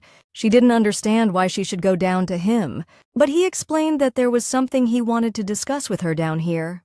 Peacock and his people had a special relationship with the Elizabeths. This place, filled with magicians, almost never accepted outsiders. Melodious decided to test his luck by setting up camp right in front of their estate. The Elizabeths considered Peacock, who had occupied the territory near them, to be very insolent, but they could not simply throw him out. And all because he was the owner of the greatest business in the empire, and one wrong move could push it, cut off the entire flow of supplies to the Elizabeths. Even the great mages of the Elizabeth family couldn't conjure food out of thin air, so in a long battle, Peacock would definitely win. But right now the one who would change the course of events arrived. It was Melissa Podobrat. The green-haired man still asked her to come down to talk to this insignificant commoner. Melissa said that since things had come this far, she would try to satisfy his request. Melissa had been prepared to face Pikachu that day if he had wanted to attack her. Downstairs, Yuri asked anxiously if she should go with Miss Melissa, and she said no. The heroine knew that she would never lose to Peacock. She was going to get rid of him for Yuri's sake as soon as possible. Yuri was grateful to her and said that she could ask her for anything. Melissa felt like Yuri was overreacting to everything. She was worried even when she went out for a walk in the yard. A guy met her in the yard. He said that his name was Peacock Melody and asked her to remember his name from now on. Melissa exhaled and said that there was no use in knowing the name of your opponent. She suggested getting straight to the point. There's a reason why Melissa was provoking Peacock, and it's all because of his obsessive behavior. He was a weird and twisted character who might not have even acted the way he did if he hadn't fallen in love. Melody threw something at Melissa and said he wanted to challenge her to a duel. Nevertheless, with a complacent face, the girl asked again what he was saying about the duel. So that's why he had the heroine come down. It seemed like it wouldn't look very cool if he wanted to try to throw his challenge note onto the balcony. At that moment, the young man shouted out that he wanted to fight her in a completely different duel. She suggested that he wanted to have a shooting competition instead of a sword fight, but the boy said no. Melissa suggested that they could put their heads on the line, but the guy denied it. He offered her to put something else on the line, and the girl thought that God forbid it would be Yuri. She was going to cut his head off if he even offered to bet on Yuri. He said that if he won, she would have to leave this place. The guy thought that if Melissa was not next to Yuri, he would be able to take her. Then the heroine told him to hurry up and tell her what kind of duel he wanted. Instead of a regular duel, he suggested holding a quiz. Each of them will have to buy something that they consider to be the most priceless and precious thing in the whole world, and the one who first guesses what the other bought will win. The judge was to be Yuri Elizabeth, who knows the answers of both sides. Yuri will maintain a fair and impartial position. If the player names the correct answer, she will immediately report it. The use of magical or special items was strictly prohibited. If a player's item is not priceless as required by the rule, it is eliminated from the game. Starting with Peacock, one player can ask another a maximum of 20 questions. Of course, the first one to choose the correct option wins. The green-haired man dared to make all the rules to suit himself. He even set the date himself, and there were even more rules here. Since Melissa had read the novel, she thought it would be much easier for her to beat him. She thought that if she could crush Peacock in a fight that was clearly going his way, he would stop being so cocky for a while. No matter what Peacock brought, in the end he would never be able to know what she would have. But there was one catch, and Melissa wondered if she had polished her sword too much. She didn't know what to do these days. As a lady who loved culture and literature, should she have read books? Yuri probably left a novel here for her, but it wasn't there, and the heroine simply didn't know what to do. Finally, someone knocked, and Melissa thought it was her savior. It was Nain, who was carrying a teapot with cups. He had been avoiding her lately, but continued to perform his duties as a butler and would visit her at appropriate times. Melissa asked him to sit on a chair and he became extremely embarrassed. She thought it was a great idea to spend such boring time together with her adorable wolf cub. She sat him down on a chair and said that she would like to serve him herself today. Melissa asked him not to be nervous because there was no need to be so tense around her. She offered him some tea, saying that she had not put anything in it. Nain, in turn, wrote on a piece of paper that if she brewed it, he would drink it with pleasure even with poison. But instead, Melissa sternly insisted that if he ever decided something was poisoned, he must not try it. She realized that this guy was willing to risk his life for her, just because she helped him a little. The girl touched his hair. He became very embarrassed. He didn't understand why he had been so nervous around her, since Lady Melissa had already publicly declared that she would fight for Yuri. He didn't yet know how he was going to keep his feelings under control. Melissa tried to smooth things over and said that she would let him touch his hair from time to time too, if he was so embarrassed. She was truly generous when she offered him this. How could he not like it? Nain decided to himself that he would just have to hide it along with his feelings. At this time, in his tent, Nikok was clearly unhappy with this woman. A dove suddenly flew to him, which he thanked. The dove brought his letter with an answer to the treasure that would be hidden at Melissa's. 4 days ago, when he received a note from one of Melissa's maids, offering to tell the correct answer in exchange for a huge sum, he was surprised. After making inquiries about her, he found out that she was a very calculating person and decided to accept her offer. She sent him some of her hair. After all, trust between people was very fragile. It is broken with simple pieces of paper. Now Peacock knew that the answer was that old, worn-out sword. Finally, the day of the quiz arrived, and Melissa was fully prepared. Yuri admitted that the heroine worked very hard. The girl even said that this is what she should say to Yuri in return. Unfortunately, she had to take on the role of judge in this annoying competition. Melissa considered her an angel who had descended from heaven. Finally, Melissa herself came face to face with the green-haired guy. She asked him how he was doing, crossing her arms over her chest. Peacock was surprisingly pleased and in turn asked how the girl was doing. Melissa noticed that Peacock's entire skin was sparkling. He had definitely slept well today. Yuri offered to shake their hands since they were both already here, but Melissa declined, along with Peacock. The girl said that since she knew their answers, she placed their items in these 2 boxes. Melissa was amazed by the magic. She read that spatial magic was difficult to control, so Yuri was amazing. To prevent them from guessing the items based on their size, Yuri made sure to make the coffins the same size. After that, she suggested starting a quiz. Peacock was the first to ask. He asked if her item was worth at least 50 million gold or not. This surprised the heroine a little. She said that he was right. Peacock then asked the next question, whether her object was beautiful, even though it looked worn and tattered. The girl didn't understand what kind of questions they were. They had gone from strangely specific to vague and abstract so abruptly. And she agreed that he was right. She also thought that there was no way Peacock could have known the answer. She next asked if his jewelry was pink or not, and he replied that it was not.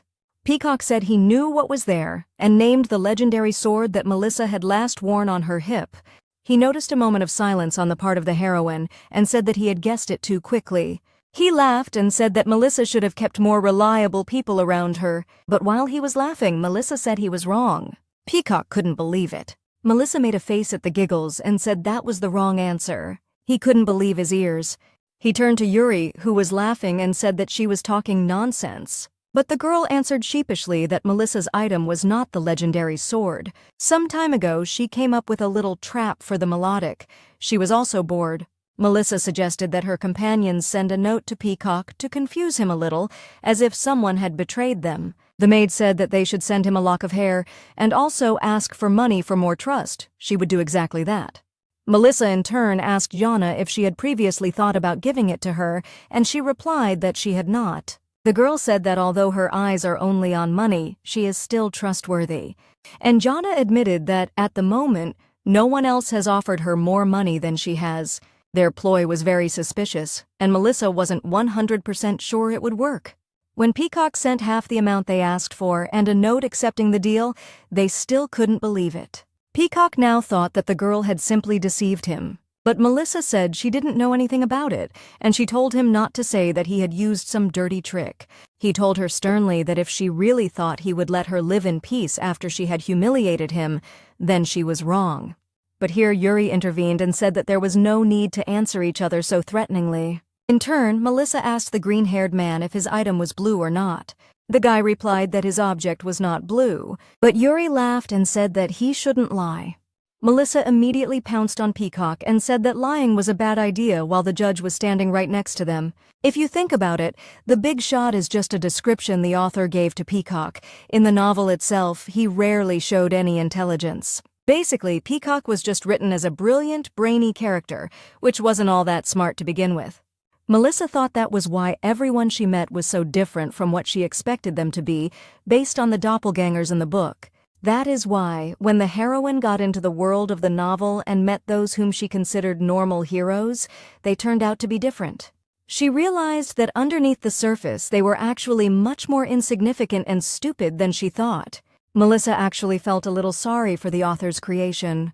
The heroine exhaled and told Peacock not to worry, because there were countless blue gems. So she asked him to stop talking nonsense and answer her questions properly. The next moment, she guessed that it was a blue diamond called the one and only Lady of the Waves. Peacock gave in and said she was right. The guy got angry and said he had to find out what she wished for. He still thought she had fooled him. Melissa, in turn, only thought that he didn't realize how pathetic he looked. Melissa asked Yuri to open the box with her item. There was a piece of paper lying there, and the green-haired man assumed that Melissa had deceived him. He pointed this piece of paper at her and said that how could a piece of paper be rare and precious? She said what is written on it, and that is the answer. Yuri said it would be nice if he read the answer. But instead, Melissa said that no matter how much money he had, she was sure that she would be the most valuable thing he had. And so, the most valuable and expensive thing in the world had to be none other than Melissa. She laughed and said there were no rules preventing her from choosing herself as a subject. Melissa already knew that he had shown his true colors, but he didn't want to stoop so low in front of the girl he loved. Finally, Peacock returned to his camp and began packing. Melissa thought that at this rate they would not leave Lipton before the end of the day. Suddenly, Yuri called out to her and bowed before her, saying that she didn't know how to thank her. Melissa at this time was just thinking about the fact that she had crossed the line and made a scene. But Yuri calmed her down. She said that she had never laughed as much as she had during these days. It might sound like a stupid melodrama, but Yuri had a very beautiful face when she smiled. Melissa said that she had fully recovered, so she would need to go back home. But she wanted to ask her for one favor before she left. Yuri was only happy and said that she could ask her for anything. Melissa thought the girl was genuinely glad she'd gotten rid of Peacock for her. She asked if she could restore Nina's tongue and fangs so that new ones would grow. Yuri said that it would not be difficult if he were a human, but with werewolves everything is much more complicated. There were scenes in the novel where Yuri healed Jack's wounds, but she never did anything like grow a new tongue or teeth. The girl admitted that it would be difficult for her to use magic on him directly, but she thought that the opportunity would present itself. And from these words, Melissa understood that there really is hope. Yuri boastfully admitted that she wouldn't be called a magical genius for nothing and that she has a lot of practice. Melissa thanked her and said that she was now leaving everything to her. This was the end of her business in Lipton, but suddenly Yuri moved closer to her face. She said her father invited Melissa to join them for dinner and asked her to be there. She said that her father was apparently also very grateful to her, which is why he invited her to dinner. Melissa, however, thought that it would be wrong of her to refuse his invitation. She agreed to go to this dinner, and Yuri was extremely happy.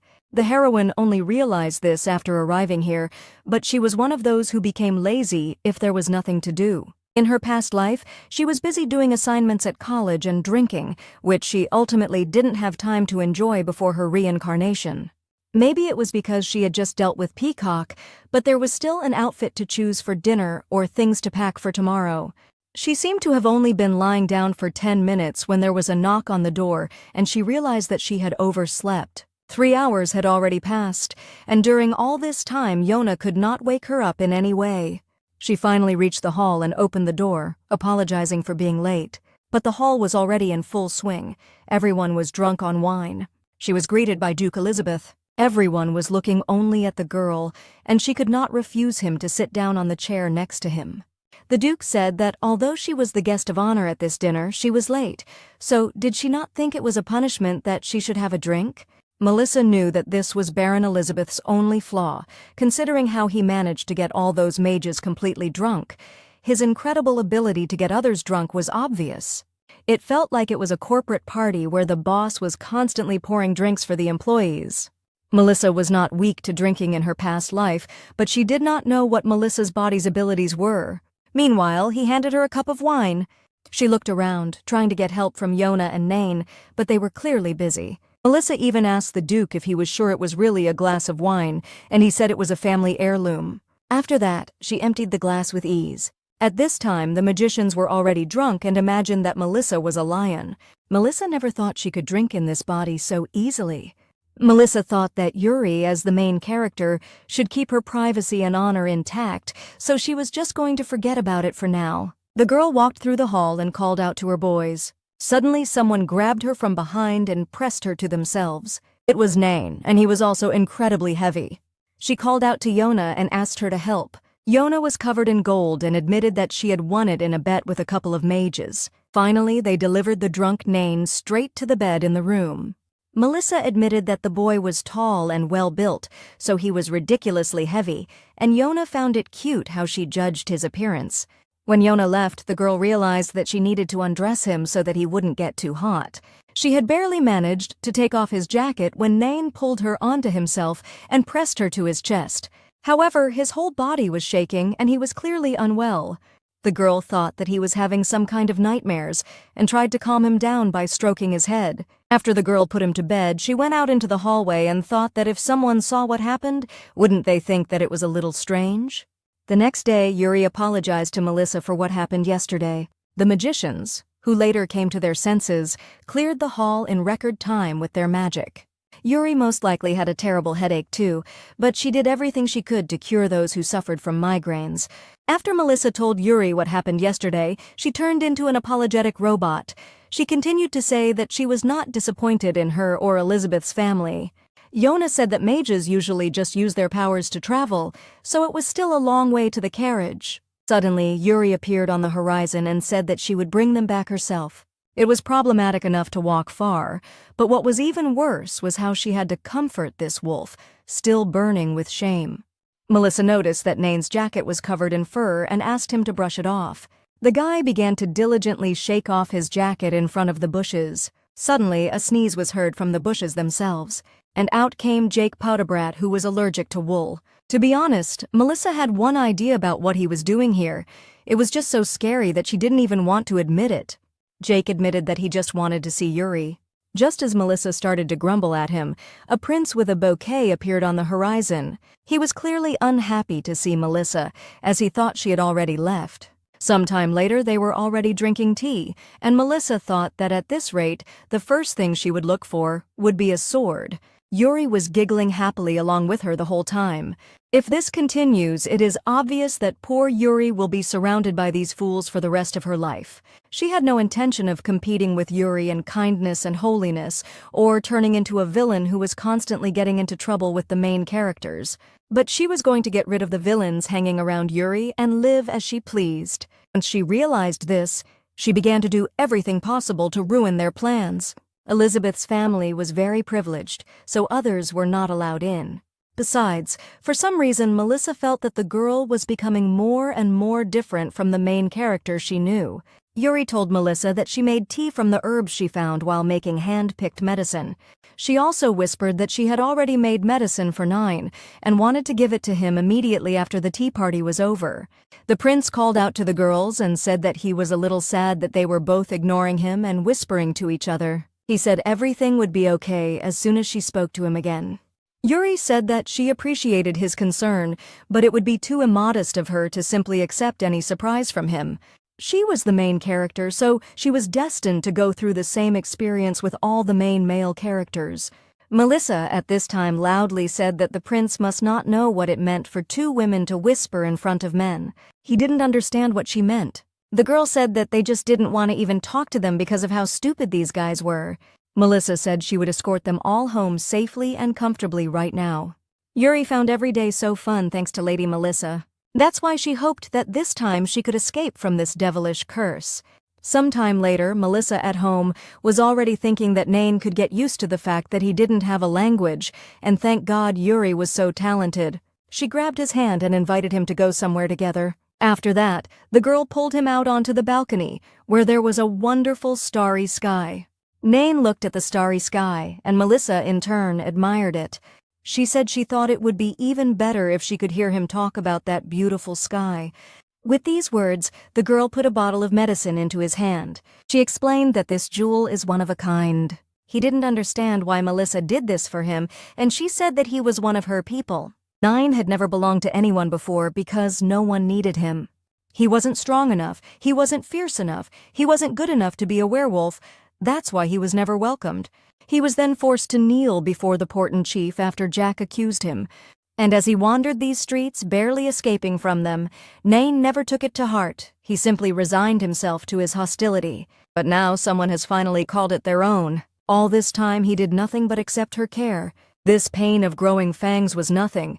He just wanted to hurry up and say the name he always wanted to say, even in his dreams. Nain finally spoke Lady Melissa's name. She didn't understand what this feeling was that was arising inside her. The guy sat down right in front of her and asked permission to take her hand. He said that his fangs and tongue did not return to him, rather Melissa gave him new ones. The guy replied that it all belonged to her now, and he was going to give her all of himself, his one and only mistress. After these words, Nain kissed her hand. The girl became embarrassed and hastened to say that it was not she who made this elixir, but Yuri. She patted him on the head and said that all that was required of him was to do his job well. Besides, she didn't want him to just sit there, as his knees might not be able to withstand the awkward position. He finally stood up and asked her if she liked his voice. At that moment, she wasn't even against it if Nain said that she wanted to date Yuri. But Nain said that if Melissa liked his voice so much, he would do everything possible to make sure she heard it as often as possible. Sometime later, Melissa was sitting in her room and telling Jonah that the festival was about to take place. She said that the summer festival was more for commoners than other classes. She didn't think Melissa would be interested in it. Melissa may have been a notorious troublemaker and local villain, but she was still a noblewoman through and through. Melissa was going to change her mind and go to the festival after all. The girl turned to Nain and asked him to go on a date during the festival. Nain became so nervous that he even dropped the dishes. He asked if she was serious about this. The girl smiled and said that once at a ball, she asked him to be her boyfriend, to which he agreed. Now the situation is the same. She explained that most likely only Yuri and Ian would be with them at the festival. Today, the prince was supposed to ask Yuri to go to the festival. In the novel, it's an important event, so even if she refuses, she will still end up with him. But Yuri, Ian, and Melissa would be a ridiculous trio.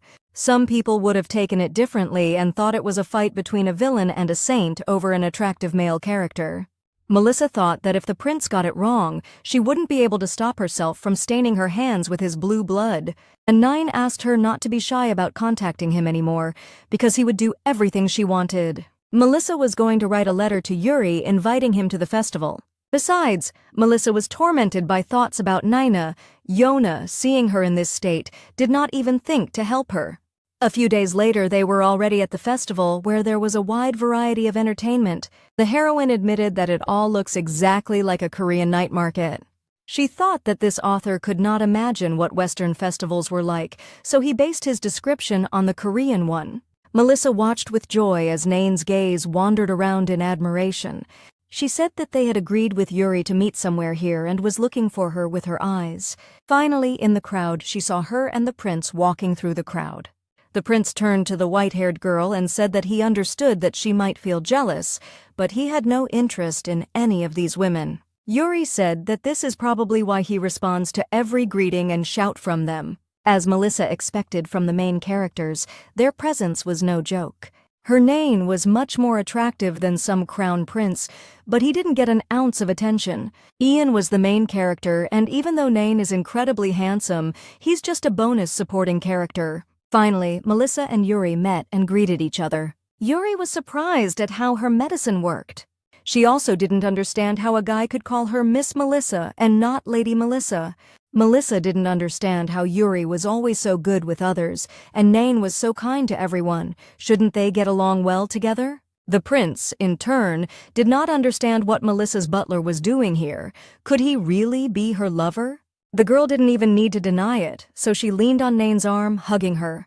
The prince said that he was here today to enjoy the festival with Yuri as an ordinary person, not a prince. Melissa thought that she was actually here, tolerating a lying prince, trying not to crush his skull.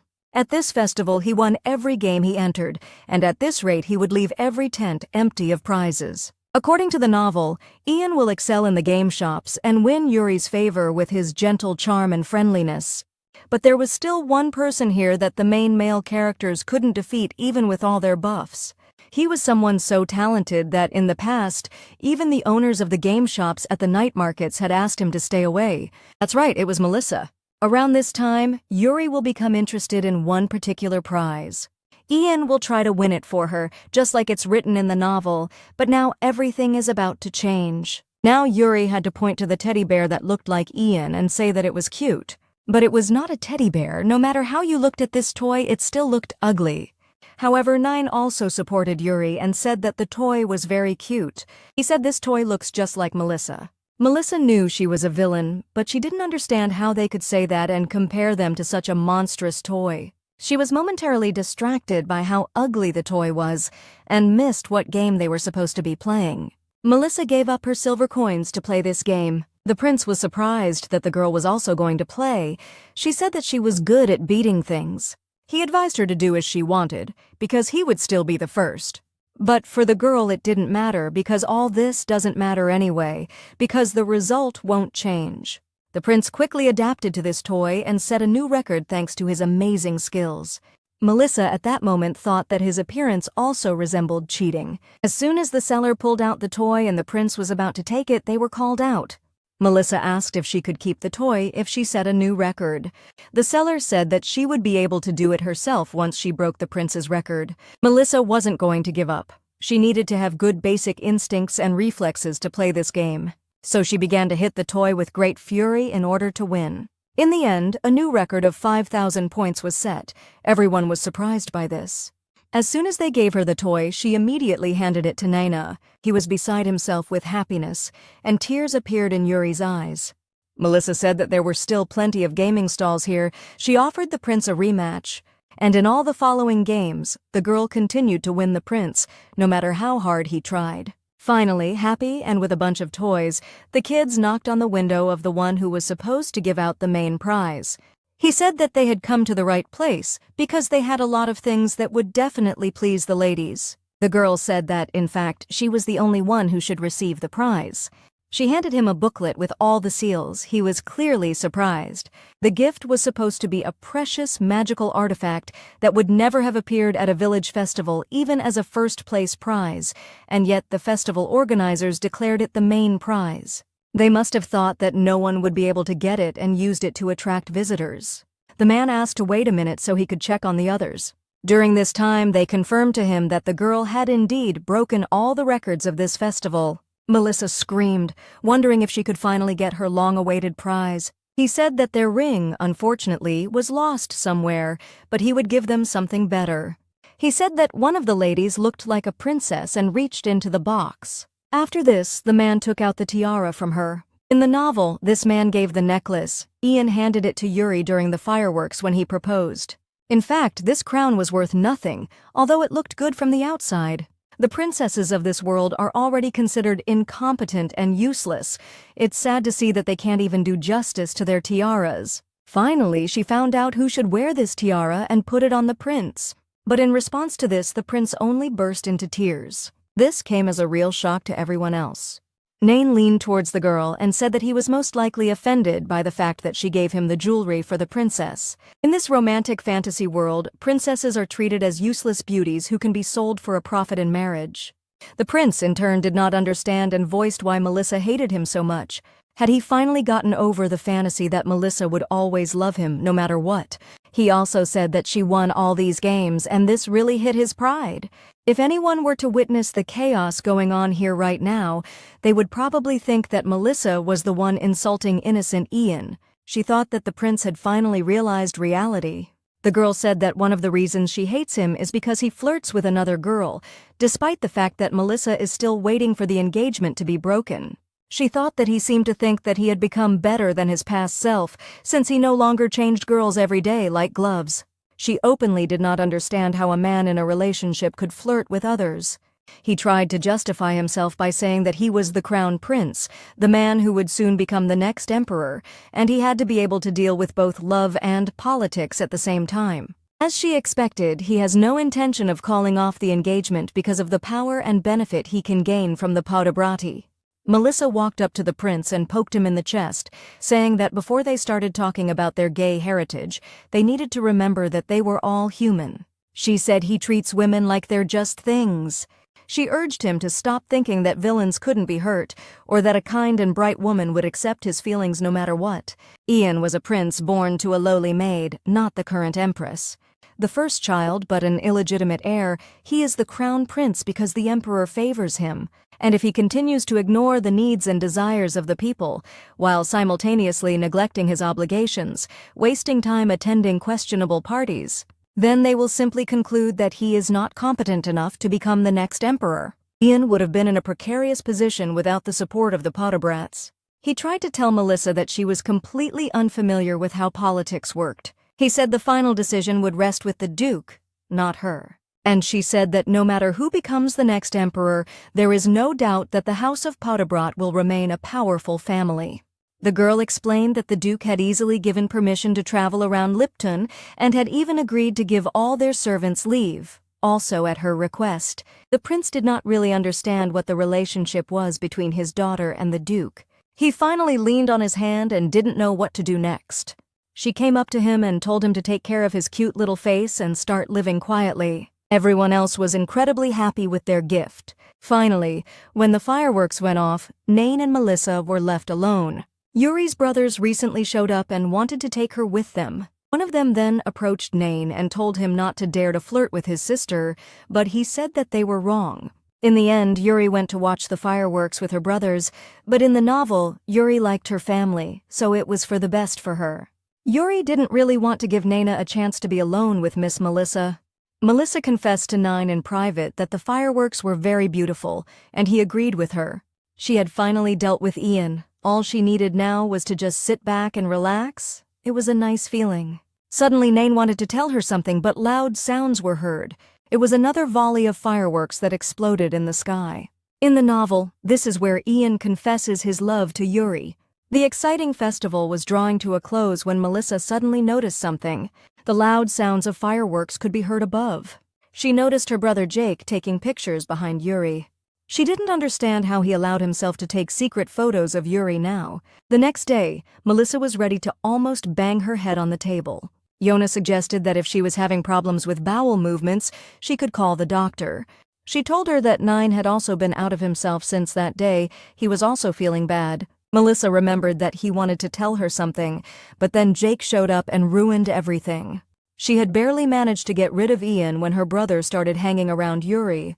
Who would have known that he would completely forget himself and go spy on Yuri at the festival when she was with another man? Even if she tries to catch him in the act, he will simply run away. So she had to solve the problem at its root.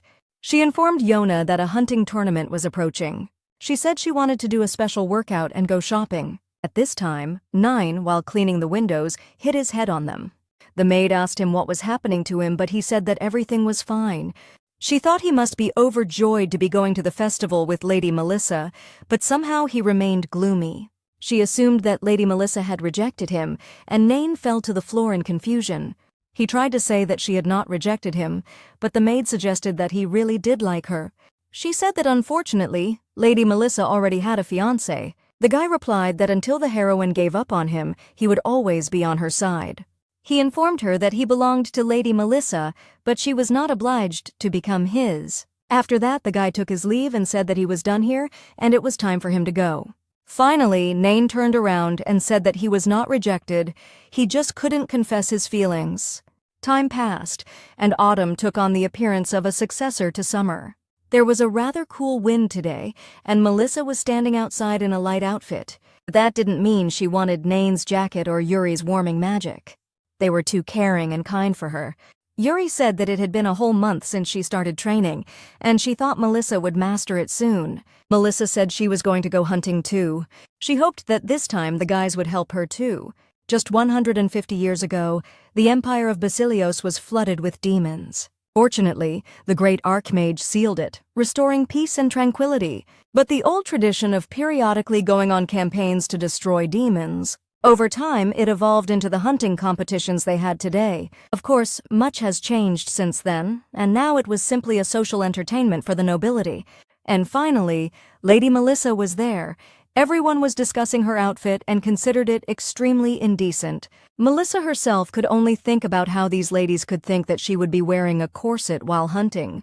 Suddenly, Melissa noticed another character. His face looked unfamiliar and he was scary. It was unpleasant to say this, but she felt like he was just a secondary character.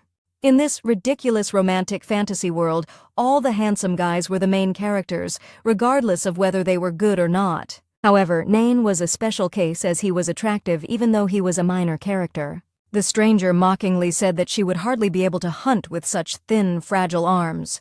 Melissa pretended to ignore him, but he got offended like a child and shouted in her direction. Finally, she asked him what he wanted. He grabbed her hand and said that she didn't seem to realize that he was being too nice just now.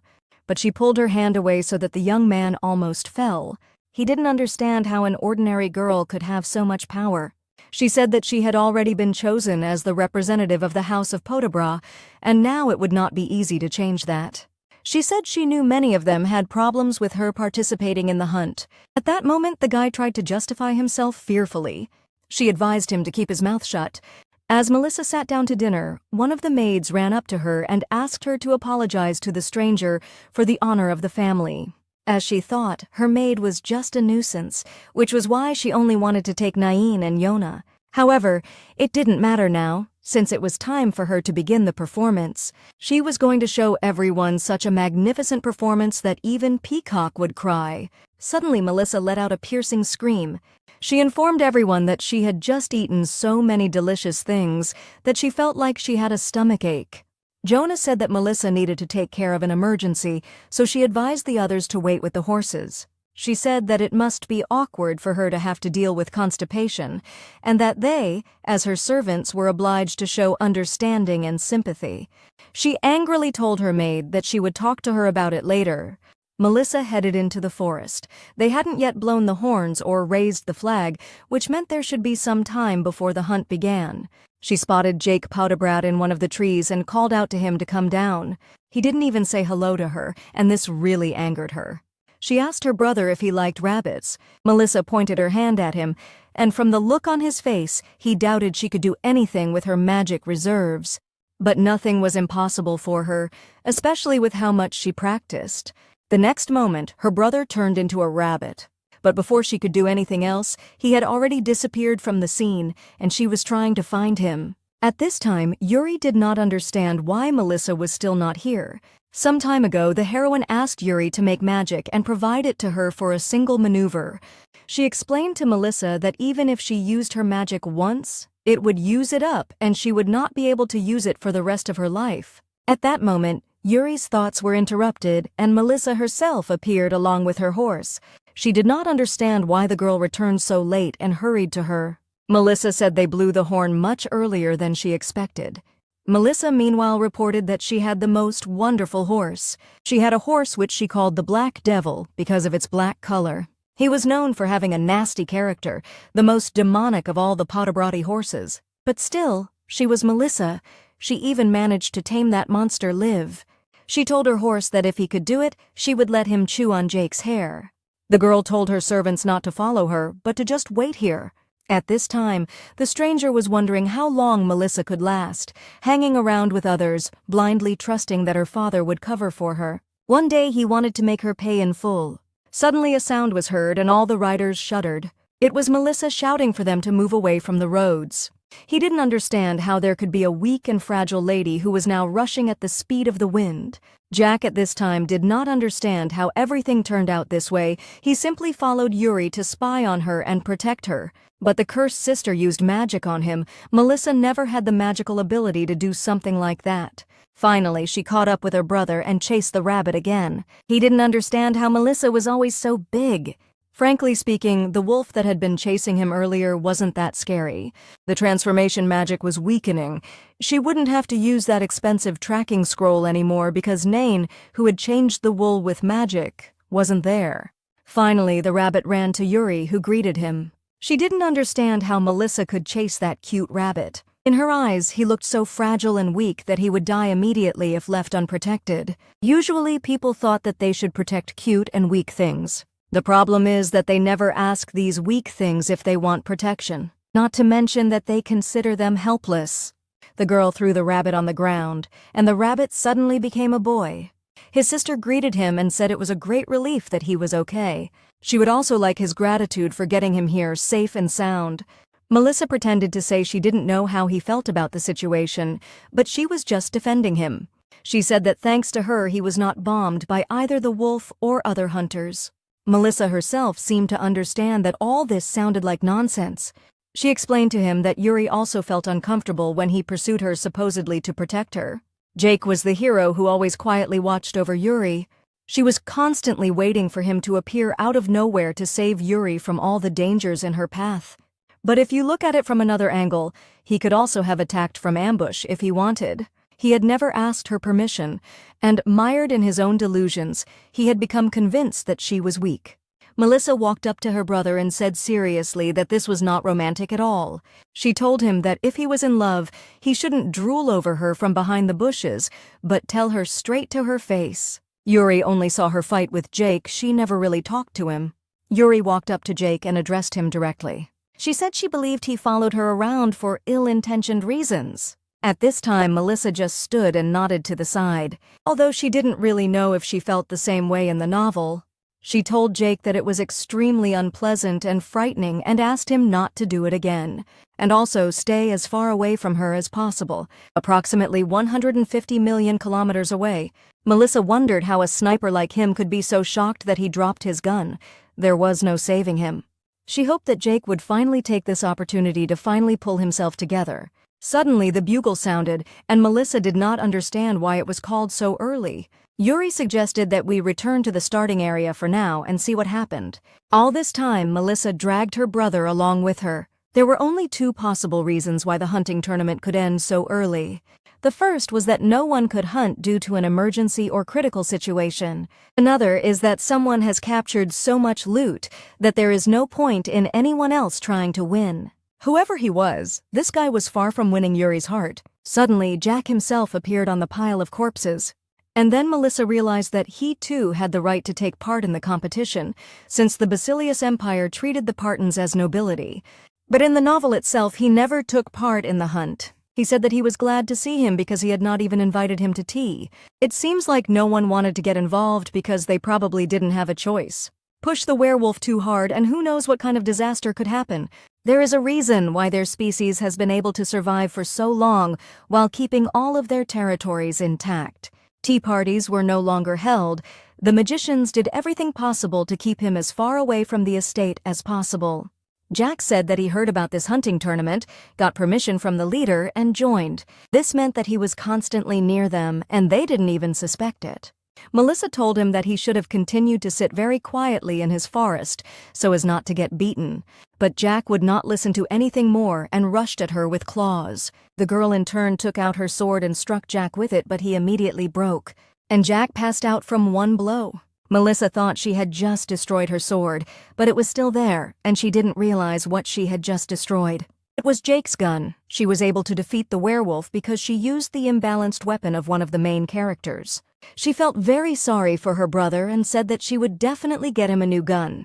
Melissa tried to appeal to Yuri, but she said that there was nothing she could do anyway. She only now remembered that the god of this world is so ungenerous that he does not get along with shapeshifters who do not believe in him. Meanwhile, a werewolf lay unconscious in front of her. Her brother was sobbing nearby, sincerely grieving over his destroyed gun. And behind him is Nain, pretending to be a dog because he missed the right time to turn back into a human. And as if that wasn't enough, all the nobles were now looking at Melissa. At this time, the prince approached Melissa and called out to her. He said that she looked very tired. He raised his hand and said that everyone was tired too, so they should end the hunt early. He explained that they would announce the winner a little later. Since His Majesty was currently absent, he decided to take everything upon himself. Melissa didn't understand how Ian tried to be caring. He also asked everyone not to spread the word about what happened today. He then turned to Melissa and said that if she did not object, the imperial family would deal with Jack Porton themselves. She didn't understand why he suddenly started behaving this way. Melissa said that only she knew how to keep Jack under control, so it was better to leave him with them. Technically, she could have requested another carriage from their family herself, but now she couldn't refuse the crown prince's favor in front of so many people. Finally, the carriages set off back. Melissa asked Yona if she knew any arms dealers. At this point, Yuri called out to Melissa. She said that if that sample didn't wake up, the Portons might react a little harshly, and offered to accompany her as a doctor. Melissa had been wondering all this time where she would get a gun with the same caliber as Jack's God-blessed gun. The heroine was reborn and knew the original story, but she couldn't prevent many things. This meant that certain events were bound to happen. For example, the fact that the main character will fall in love with Yuri, or episodes like the festival or the hunt also include this. On their return home, they were met by the Duke. Melissa admitted that she was very tired and said that she had brought another dog into the house. She also said that Jake is not himself because he lost something valuable, so he is sitting in his room. She also introduced Yuri, Baron Elizabeth's daughter, and said that she was their guest for now. Melissa knew that she would need to have the shadow cloning technique to explain everything to him in detail, and she couldn't do that right now. The first in line was the bathroom, to which she opened the doors. She finally got into it and realized that the hot bath was oddly enough refreshing. Melissa felt like she could breathe deeply again. She should have thought carefully about everything that had changed because of her, and also about the fact that the god of fortune often smiled at her falsely, and at the same time quietly set her up. Suddenly a maid ran in and said that she could not find Miss Yuri anywhere. Melissa had a bad feeling about this at that moment. It couldn't be that Yuri had gone out into the garden to look at butterflies or something else. I had to go and find her. She went out to Nine and asked him to accompany her on her search. Nain informed after some time that he saw no trace of her anywhere, as if she had fallen through the ground. Melissa wondered if when she changed the storyline, it also affected the timeline of key events in the novel. It was still surprisingly quiet in the garden, but suddenly Melissa noticed something. It was her dog, who was 100 times better than Jack. Nain looked at him strangely, and it didn't seem like he hadn't seen Liv during his 6-month stay here. Something was wrong here. Leva himself was not wearing a collar. The servants had always been afraid of this dog, so Melissa always put a collar on him, and now she couldn't figure out who had taken it off. Suddenly she heard Liv's voice saying that he was going to grab her hand if she reached out to him. The dog said that the look of disgust on her face was so disgusting that it would make a dog upset. She asked the dog who he really was. Her sword was not nearby, so she grabbed the hand of Nain, who was standing next to her. At that moment, the heroine did not understand whether this was the real Liv or not. The dog admitted that he was simply temporarily using his body to gain access to the territory. Werewolves had their own witchcraft, very similar to magic, and he was the most skilled in this area. He also enjoyed violent fun, so when he heard that Jack was interested in the girl, he kidnapped her just for fun. The dog thanked Melissa for luring her out of the estate and away from its protection. The dog informed them that he had kidnapped their little princess. Nain clenched his fists, and the dog offered them to come and get her. It was Miguel Porton. He was a villain and a supporting character, and, unlike Melissa, quite popular among fans. As the strongest of the Bortons, Miguel was recognized as their next leader, and is also Nine's older twin brother. In the story, he was similar to Peacock Melody, who was secretly an antagonist, but some readers liked his devilish way of showing off his lousy character. Melissa eventually had to tell Jack that Yuri had been kidnapped. In truth, it was clear as day that Jack would lose miserably if he fought Miguel right now. And if you think about it, Yuri's kidnapping will provoke Jack's awakening, and by killing Miguel to save Yuri, he will declare himself #1 among werewolves. Awakening is a process in which a werewolf experiences a sudden explosion of dormant symbols within him, caused by a profound emotional shock. But Melissa remembered that in the novel this happened after the onset of winter, but now it was only the beginning of autumn. She said that to top it all off, he told them to come save Yuri themselves. In the original story, Jack rushed off to save Yuri upon hearing the news, but since Yuri was kidnapped while at her home, she was forced to write to her family. Besides, she thought it was her fault for not protecting her well enough. Miguel must have set up a lot of barriers to block the mages from casting spells, so they had to be the ones to save her. Jonah wanted to ask something, but Melissa said that she would receive a bonus of 6 salaries, including risk pay. To be honest, she had no idea what she would do with Yona during their rescue mission, but she couldn't leave Yona and her amazing problem-solving skills out of it. She also called Jack along with her, but advised him to make sure that he didn't get his face punched. There was a high chance that Jack would not listen to her and become another burden. But since he is known as the second best among the Portons, he should be useful in battle. 9, on the other hand, had looked very downcast since they had encountered Miguel. From what she had heard from Nina before, Miguel had not been Brother of the Year before. In any case, he said he was planning to go back there at least once. Finally, Melissa clapped her hands for everyone to gather. We had to hurry especially, because no one knows what Miguel, that crazy dog, can do. It's strange that history changed so quickly. The voice asked Yuri why she didn't fix the fact that history was changing. She said that she liked it. The man himself has also changed a lot. Yuri thought that if everything had gone as usual, he would not have kidnapped her at this moment in time. The voice told her that she was the main character. The voice also informed her that she had to win the hearts of all men, and she said that she already had several hearts. Even though she was talking to herself, this guy was completely unaware of it. This man was just another pawn in this world, just a puppet, just like her. But she didn't understand why Melissa, too, was nothing more than a pawn, just another cog in the machine that worked according to the settings of this world. And if you think about it, everything she did was no different from the antics of a child, but everyone branded her a villain. Yuri simply watched from the sidelines, in the arms of the crown prince, and received her cliched happy ending, leaving her lying in the dust. But still, she didn't understand why events had suddenly changed. Yuri smiled. She didn't understand what kind of thing continued to describe her own fate to her. She didn't understand how she could be so free-spirited. She couldn't hear the melody of her own destiny, or she simply refused to accept it and went her own way. Yuri even thought that this time the one who would come to save her would not be the bloody Jack. Instead, one fine day the doors will open and a girl will appear in them, who will call her in a gentle voice and ask if everything is okay with her. The werewolf forest was very far away, so they had to be realistic, and Yuri would settle in among the tailed beasts faster than they would get there. That's why they had no choice but to resort to magic. The man said that it was impossible to teleport into the forest itself, so he set the coordinates of the area closest to it. It would be difficult to find a mage with teleportation skills, but who could know that the Baron himself would help them? The Baron admitted that in fact it was he who should thank them. Melissa smiled awkwardly, since Yuri had been kidnapped while she was a guest at her estate. Sometime later they were already making their way through the thicket. Nain turned to Melissa and said that they were there and everything here was just an illusion. Nain said that this magic can hide the werewolf forest. This illusion was just a trace of ancient magic. They didn't know who created it, but the werewolves used it as an entrance to their abode. Melissa thought that it wasn't mentioned in the novel, but it seemed like Nain was well aware of it and had to find out about it in order to escape from the werewolves. Here the werewolf intervened and said that he never looked for any confirmations or illusions. Nain also informed that Miguel most likely set up many magical traps along the way. Nain was already well acquainted with all the traps here. Besides, he had seen Miguel perform magic enough times to recognize any new spell he could create.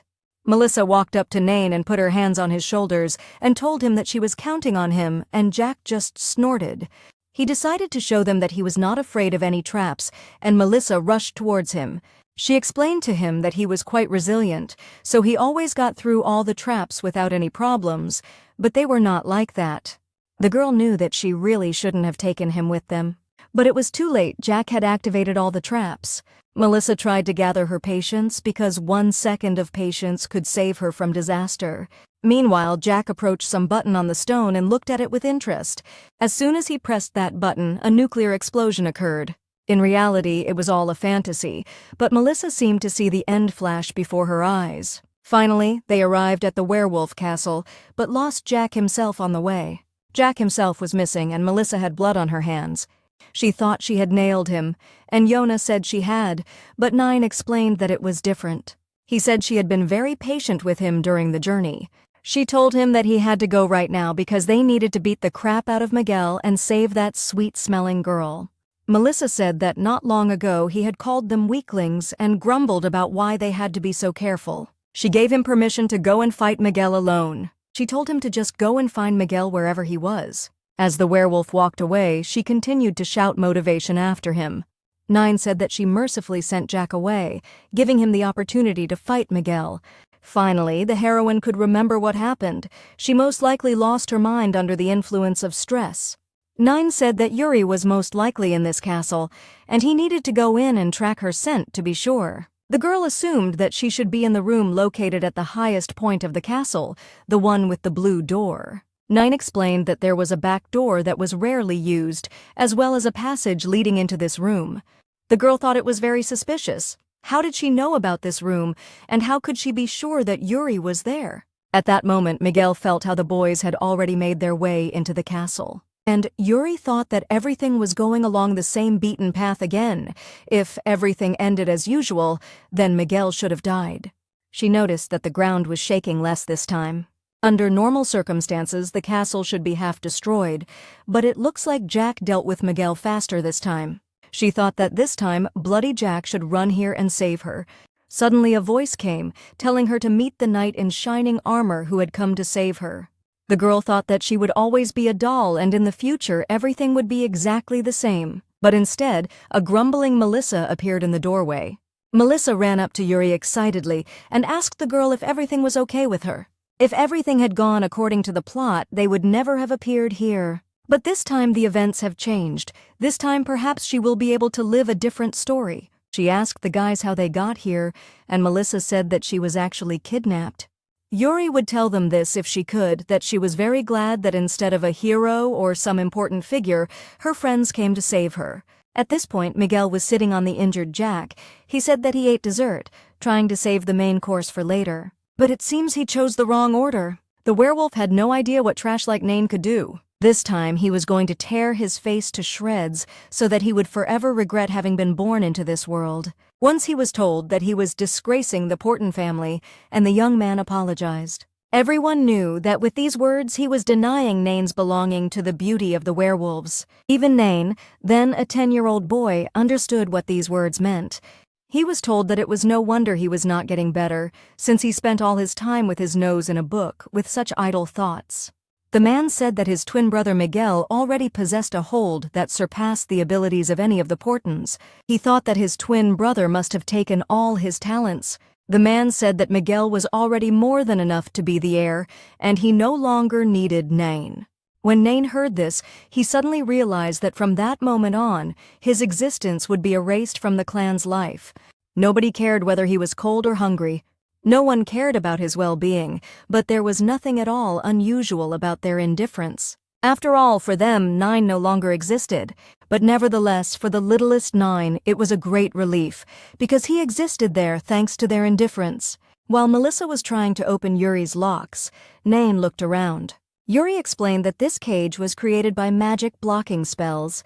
Melissa asked Nain to help, and he sat down by the cage to figure out what was going on. He said that in order to open this cage, the one who created the magic had to die. This meant that Miguel had to die. Melissa tried to find at least some more peaceful way without bloodshed, but Nain explained that witchcraft, unlike magic, is like a curse, and there is usually no peaceful method to remove it. Melissa thought that this was very bad, because they had no one who was capable of killing Miguel. She saw Nain's hands shaking and took his hands. The girl immediately said with a joyful cry that everything would be fine because she would protect him. Yuri watched all this with a displeased look. Melissa ordered everyone to take their positions to try to move the cage. But at that moment, Miguel appeared on the threshold. Melissa was clearly disappointed with this outcome. She thought he had managed to defeat Jack. She pulled out her sword and Miguel smugly said that they were going to leave without saying goodbye. Miguel looked exactly like Nye, especially in that suit. He turned to Nain and said that he had indeed managed to crawl back without dying. Melissa sensed his criminal intent to kill his twin brother, like an evil doppelganger. Melissa was very angry about all these words. She wanted to rush forward, but Nain stopped her. Miguel suddenly laughed. He said that the only thing Nyan had done in all this time was become a loyal dog to man. He said that he was a deserved success among the werewolves, and Nain was their failure. He was so incompetent that even their leader called him a disgrace to the clan, and he was eventually thrown out, which was very humiliating. Miguel decided to give him another chance and ordered Melissa to be killed. Melissa clearly didn't expect this turn of events. He ordered that the woman's throat be torn out with his teeth and her fragile limbs be torn apart. When Nain refused, Miguel said he was completely crazy. Nain said that he had no more reason to obey him. Nain decided to give up his name completely and said that he was no longer Porton. He no longer served them, so that was why he insisted on going with them even when he was shaking so much. As a child, he swore to kill himself, but when it came to the last moment, he was too scared. And everything seemed so unfair that I couldn't bring myself to do it. He thought that if death was all that lay ahead of him, he would prefer to live among people rather than his fellow men. This way of thinking was quite in keeping with Nain's spirit. In his place, the heroine would first of all want to take revenge on the werewolves, but Nain simply hid and desperately studied alone. Nain screamed that he was not Porton. He said that he had let go of that name the very second he left that place. It now belongs to the Potterbrat family. Miguel probably said that it was they who abandoned him, and not he who abandoned them. He also said that if he doesn't do this, he will do everything himself. With these words, he swung his hand at Melissa. Miguel wanted to chat a little at first, thinking it would be funny, but he was annoyed that he had left them. So that's why he was going to chop off a couple of her limbs. Melissa shouted that she still had to beat him up to save Yuri. She had no reason to seek his favor. Melissa thought that if Miguel used a powerful spell, the building might collapse and they would all go straight to hell. After the werewolf broke through the wall, she thought she was at a huge disadvantage. The werewolf himself laughed and said that she clearly underestimated him. At that moment, Nain jerked his hand to dodge Miguel's attacks. The sword could also reflect things like just now, as expected from such a powerful sword. She may have said so, but Miguel is still the greatest sorcerer of the century and is constantly attacking. Now he was no longer having fun, so he wanted to wrap it up. Melissa braced herself. No matter what he sent their way, she was ready to meet it. But nothing happened. Melissa asked Nain what kind of trick it was. It was actually very strange. It seemed like Miguel couldn't use his powers anymore. When the boys turned around, Yona was standing there with the ball in her hands. She didn't think it would really work, but it did. She took this sacred artifact with her, just in case, since witchcraft is like a curse. She thought it would be vulnerable to holy blessings. She couldn't understand where Yona got the sacred artifact from, since she was just a minor character. Yona shouted that it wouldn't last long. The effect would last for about 10 more minutes. It was important, so Melissa rushed with her sword straight at Miguel. But the next moment he was not there, because he was too fast and dodged. He found himself right above the girl. The next moment he scratched her hand with his sharp claws. But Melissa did not give up and again rushed at the werewolf. But this had absolutely no effect on the guy. He easily dodged her attacks. Melissa herself realized that he easily avoided her attacks, but one could just as easily say that he did not want to fall under her magic sword. She wanted to buy at least some time. She really wanted to give him a good thrashing, but he was much more skilled than her, so it was not so easy to defeat him. However, she could give Yona and Nain some time to lift the cage with Yuri in it and get her out of here. Yona was a quick thinker, so she should have understood what the heroine was thinking. And although she is not too sure about Nain, he is smart, so everything should work out. While the heroine was thinking about this, the werewolf flew straight towards her. She only had time to follow his fangs with her gaze. The next moment, the guy sank his fangs right into her neck. She wanted to curse him, but no sound came from her lips. Everything sounded very muffled. She was trying to call for help to stop the bleeding. She thought she heard someone crying, but she didn't see anything. A while ago, Nain thought that they were fighting in close combat, so it would be difficult for him to intervene. Additionally, if the sacred artifact that holds Miguel's power back is destroyed, Lady Melissa will be in danger. If Nine leaves Yona unattended, he will definitely attack her. He thought that Lady Melissa was also injured, and then he heard Yona's voice telling him to go. She explained that she could stand up for herself, so he should help Lady Melissa. But before she could finish speaking, Lady Melissa began to fall to the floor dead. They ran up to her and tried to catch her. Yona said she couldn't stop the bleeding, she needed treatment, and she needed it immediately. Nain knew they had a mage who specialized in healing, but she was trapped and they needed to free her first. At that moment, Miguel threw away Melissa's sword and said that it was too easy. He really couldn't understand Nain. He never looked at him like that, even when he lost his tongue and fangs. Miguel couldn't believe that he had lost his mind just because some insignificant human being was dying. Miguel reminded him that the last time he was kicked out of the clan because he dared to drag a human child into the werewolf forest, and that was pure madness. He said they shouldn't have stopped at cutting out his tongue. They should have hunted her down and killed her. Nain said that Miguel always did this because he was having fun for no reason. He now noticed in Nina some clear signs of awakening. He rushed towards Nine and tried to kill him. But Nain caught his paw and said that he must die for the sake of the lady he serves. He hit him hard in the stomach and threw him into the wall.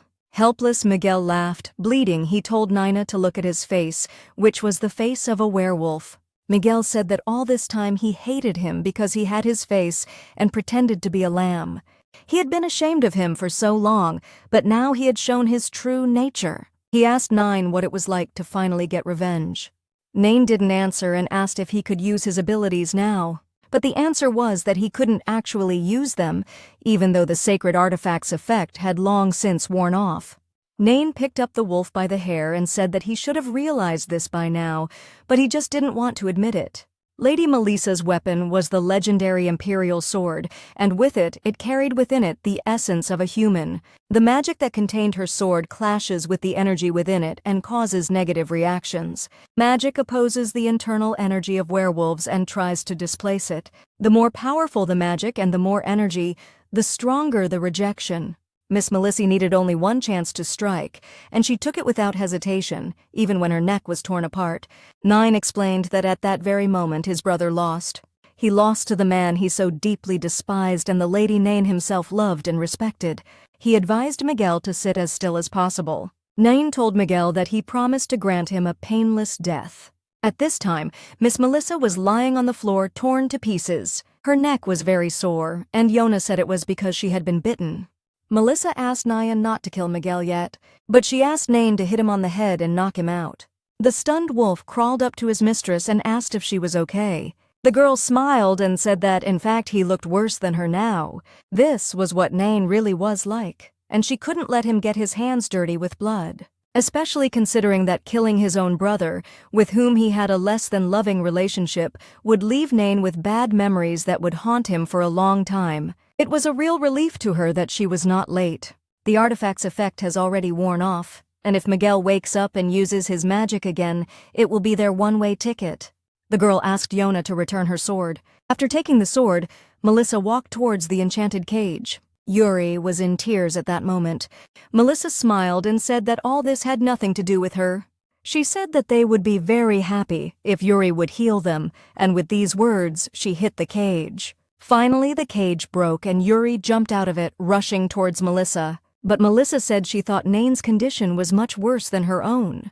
After the cure, Melissa approached Nine and said that he shouldn't be so gloomy because he defeated Miguel. Thanks to him, they even managed to catch Miguel.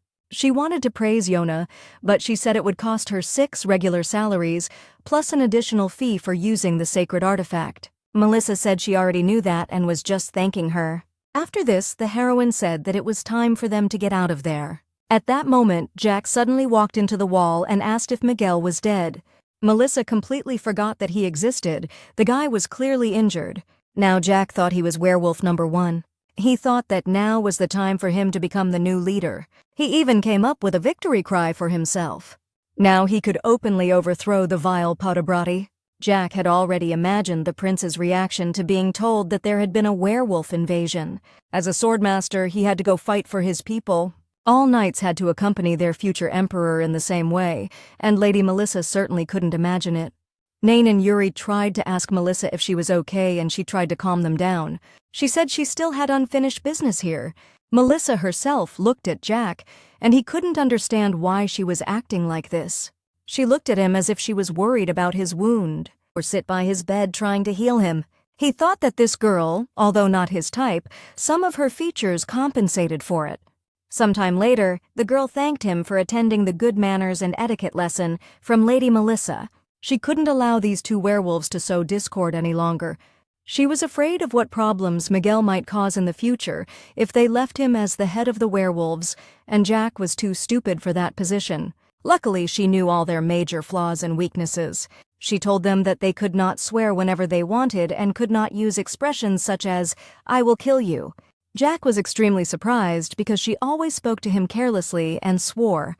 Melissa said it was okay to do that to fools like him, who had no manners and were always picking fights. At this point, Miguel asked to be untied. He used bad words, so Melissa was clearly unhappy about it. Then Miguel understood everything. He asked if she would harm the werewolf who had suffered so much. In the end, she beat them both to death. The crowd that watched all this thought she was the goddess of werewolves. After training, she used her sword to carve a small design on the werewolf's fang. It was crazy for Jack. As soon as he was about to run away from there, he was caught by Nain. Eventually, the werewolf was silenced. Melissa also said that she activated the curse on them. If they are rude to her or disobey her, this curse will activate and take one of their fangs. She told them not to dare to crawl out of their forest unless they called them. Melissa thought they really believed it. Now everything should be quiet for a while. I had to go back and buy a bunch of sacred artifacts that could block werewolf witchcraft. Melissa also had to secretly reward them with good food so that the carrot would follow the stick. Melissa asked to see them out because they were their guests. Nain said he could just take them back, but Melissa said he had just awakened his powers. Yuri at this point said that she had to practice her transfer spells, but Melissa asked her not to worry about it. Now it was really time for them to go home.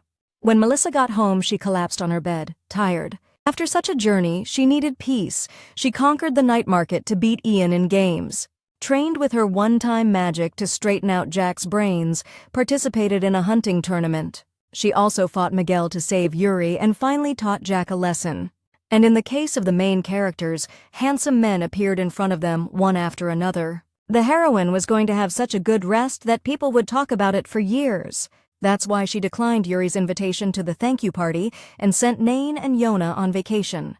But her sleep was disturbed by a knock on the door. She opened the door in anger and saw a maid. The maid explained that the thing was that young Master Jake wanted Monica back. Jake wanted to at least make her a grave. Melissa realized that he was handling it much worse than she had imagined. Seeing him crying, she felt weak and wanted to apologize to him. She knew it wouldn't be easy to replace his old weapon, but he was a sniper, and it would be hard for him to do without it. She really couldn't get used to it. In the past, he would have lost his temper and screamed at her for daring to destroy my weapon. She suggested that he try to get him a temporary weapon until he found a new Monica. Eventually, they went to the market, and it was very awkward to be there without Yona. She didn't know what to do. Melissa looked into the alley just in case, but there was nothing there. Eventually, they came across the prince in one of the alleys. The confused prince asked what brought them to this market. Melissa didn't understand why he was smiling, why he dyed his hair again. Maybe talking to him was a bad idea. She should have ignored him and gone her own way. The guy said he was here to make things right, to apologize to the women he had invited to his chambers. He really wanted to tell them that he deeply regretted his actions. The prince said that the emperor was against him coming in full uniform, so he dressed in casual clothes and dyed his hair. Melissa even suggested that he had some shred of conscience left. The prince shared that he was indeed confused because he wanted to apologize to Melissa too. After all, she was one of those in front of whom he felt the most ashamed. Honestly, Melissa couldn't tell if he was being sincere or just lying to her face because of her threat that day.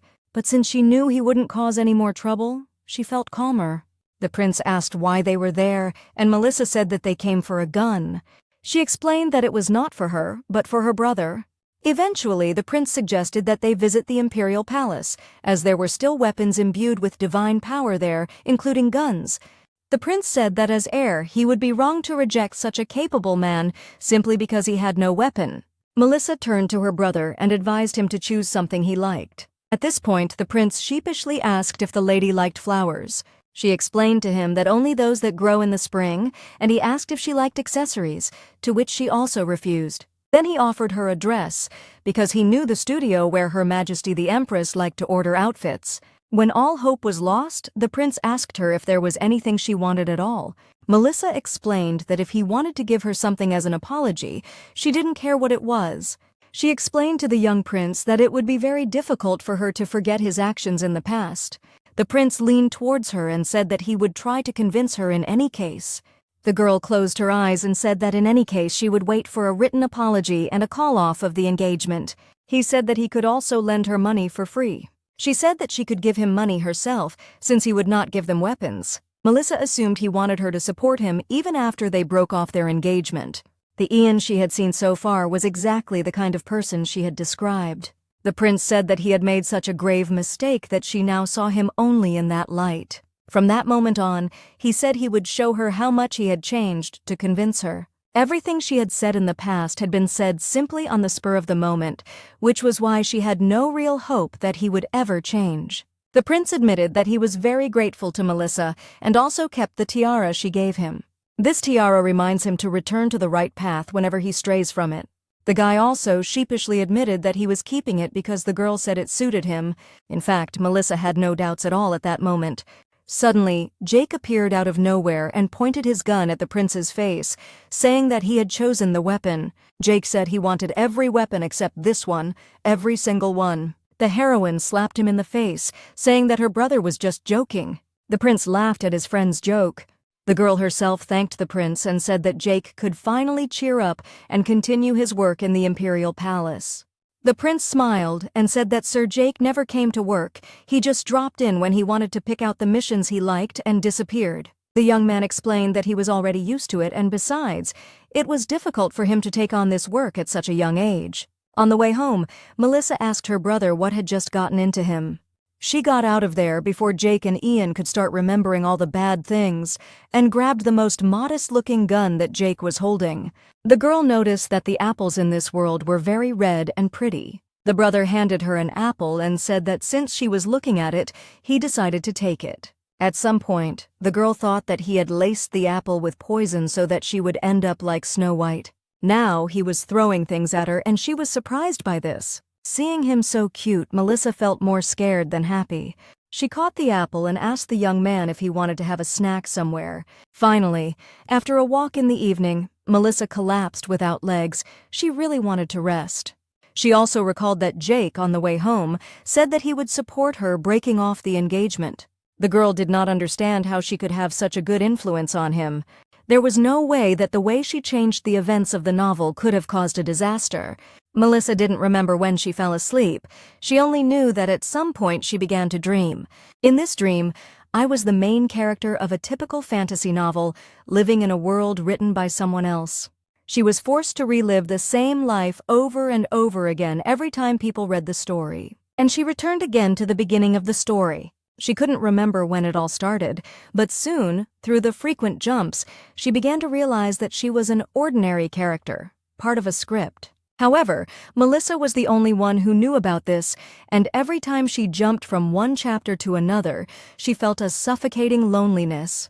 Melissa woke up in tears. She sympathized with the heroine because of her dream. She didn't know what kind of heroine she was, but she hoped that this time she would be able to find her own happiness. Time flew by completely unnoticed, and autumn was drawing to an end. There was a magnificent view in the garden, and the girl was walking with her dog. Today she was going to play with him as much as he wanted. Now the novel was moving towards its end.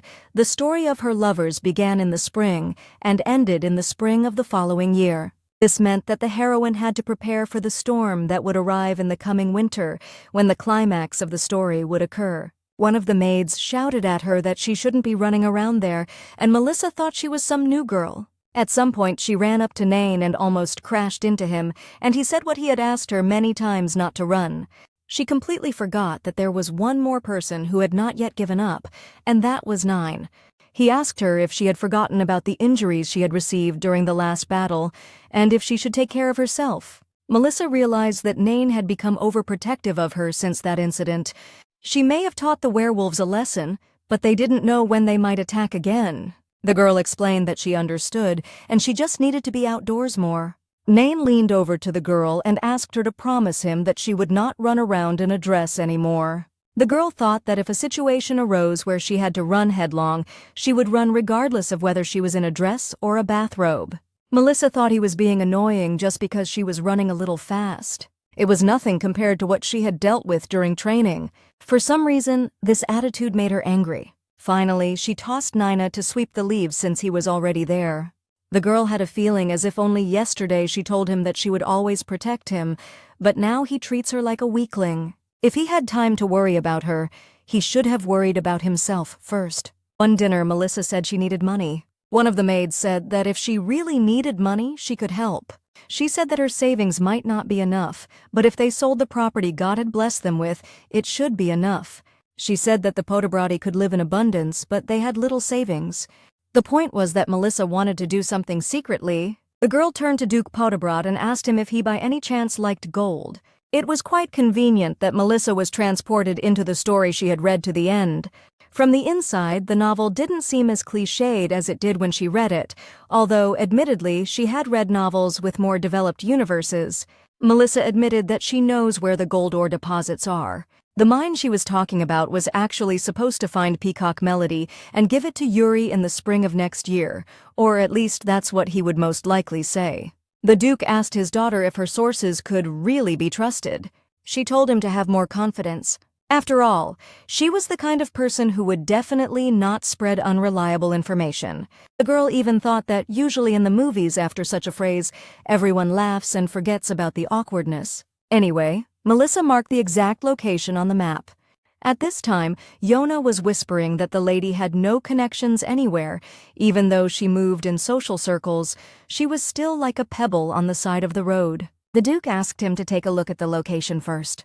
Returning to the conversation about the battle with Miguel, Melissa did not understand how Yona, a simple maid, got hold of a sacred artifact. She did not understand what the maid could hide behind this indifferent appearance. The Duke explained that he would begin construction of the mine after a thorough survey of the area. Finally, Melissa got up from the table and left, and if she had been a prim and proper conservative lady, she would have waited until he finished eating. But she was not like that. She still had some of Melissa's memories of her childhood. Duke Podobrat paid no attention to Melissa and could hardly be called a caring father. The original Melissa gave the girl her body too easily. Melissa approached the maids and asked if Nain had left and said that they should listen to interesting information. She had one request for them. Melissa's instructor the next day said that the sword was meant for precise attacks, not for beating your opponent to death. Melissa admitted to her that she had assumed that the whole point of wielding a sword was to crush the enemy. The instructor explained that if she continued like this, she would never be able to join the Imperial Knights. She explained that it was simply something young ladies usually did to join the Knights. Melissa explained that this was not her case, as she simply needed to practice fencing. Then the instructor bowed and apologized to her. The girl did not understand that she could have said something wrong again, or that her facial expression would have been frightening. The instructor responded that she apologized for her assumption. Melissa laughed and said she had nothing more to apologize for. The instructor explained that in the past, many people also assumed that she joined the Imperial Knights for glory and honor just because she was a woman.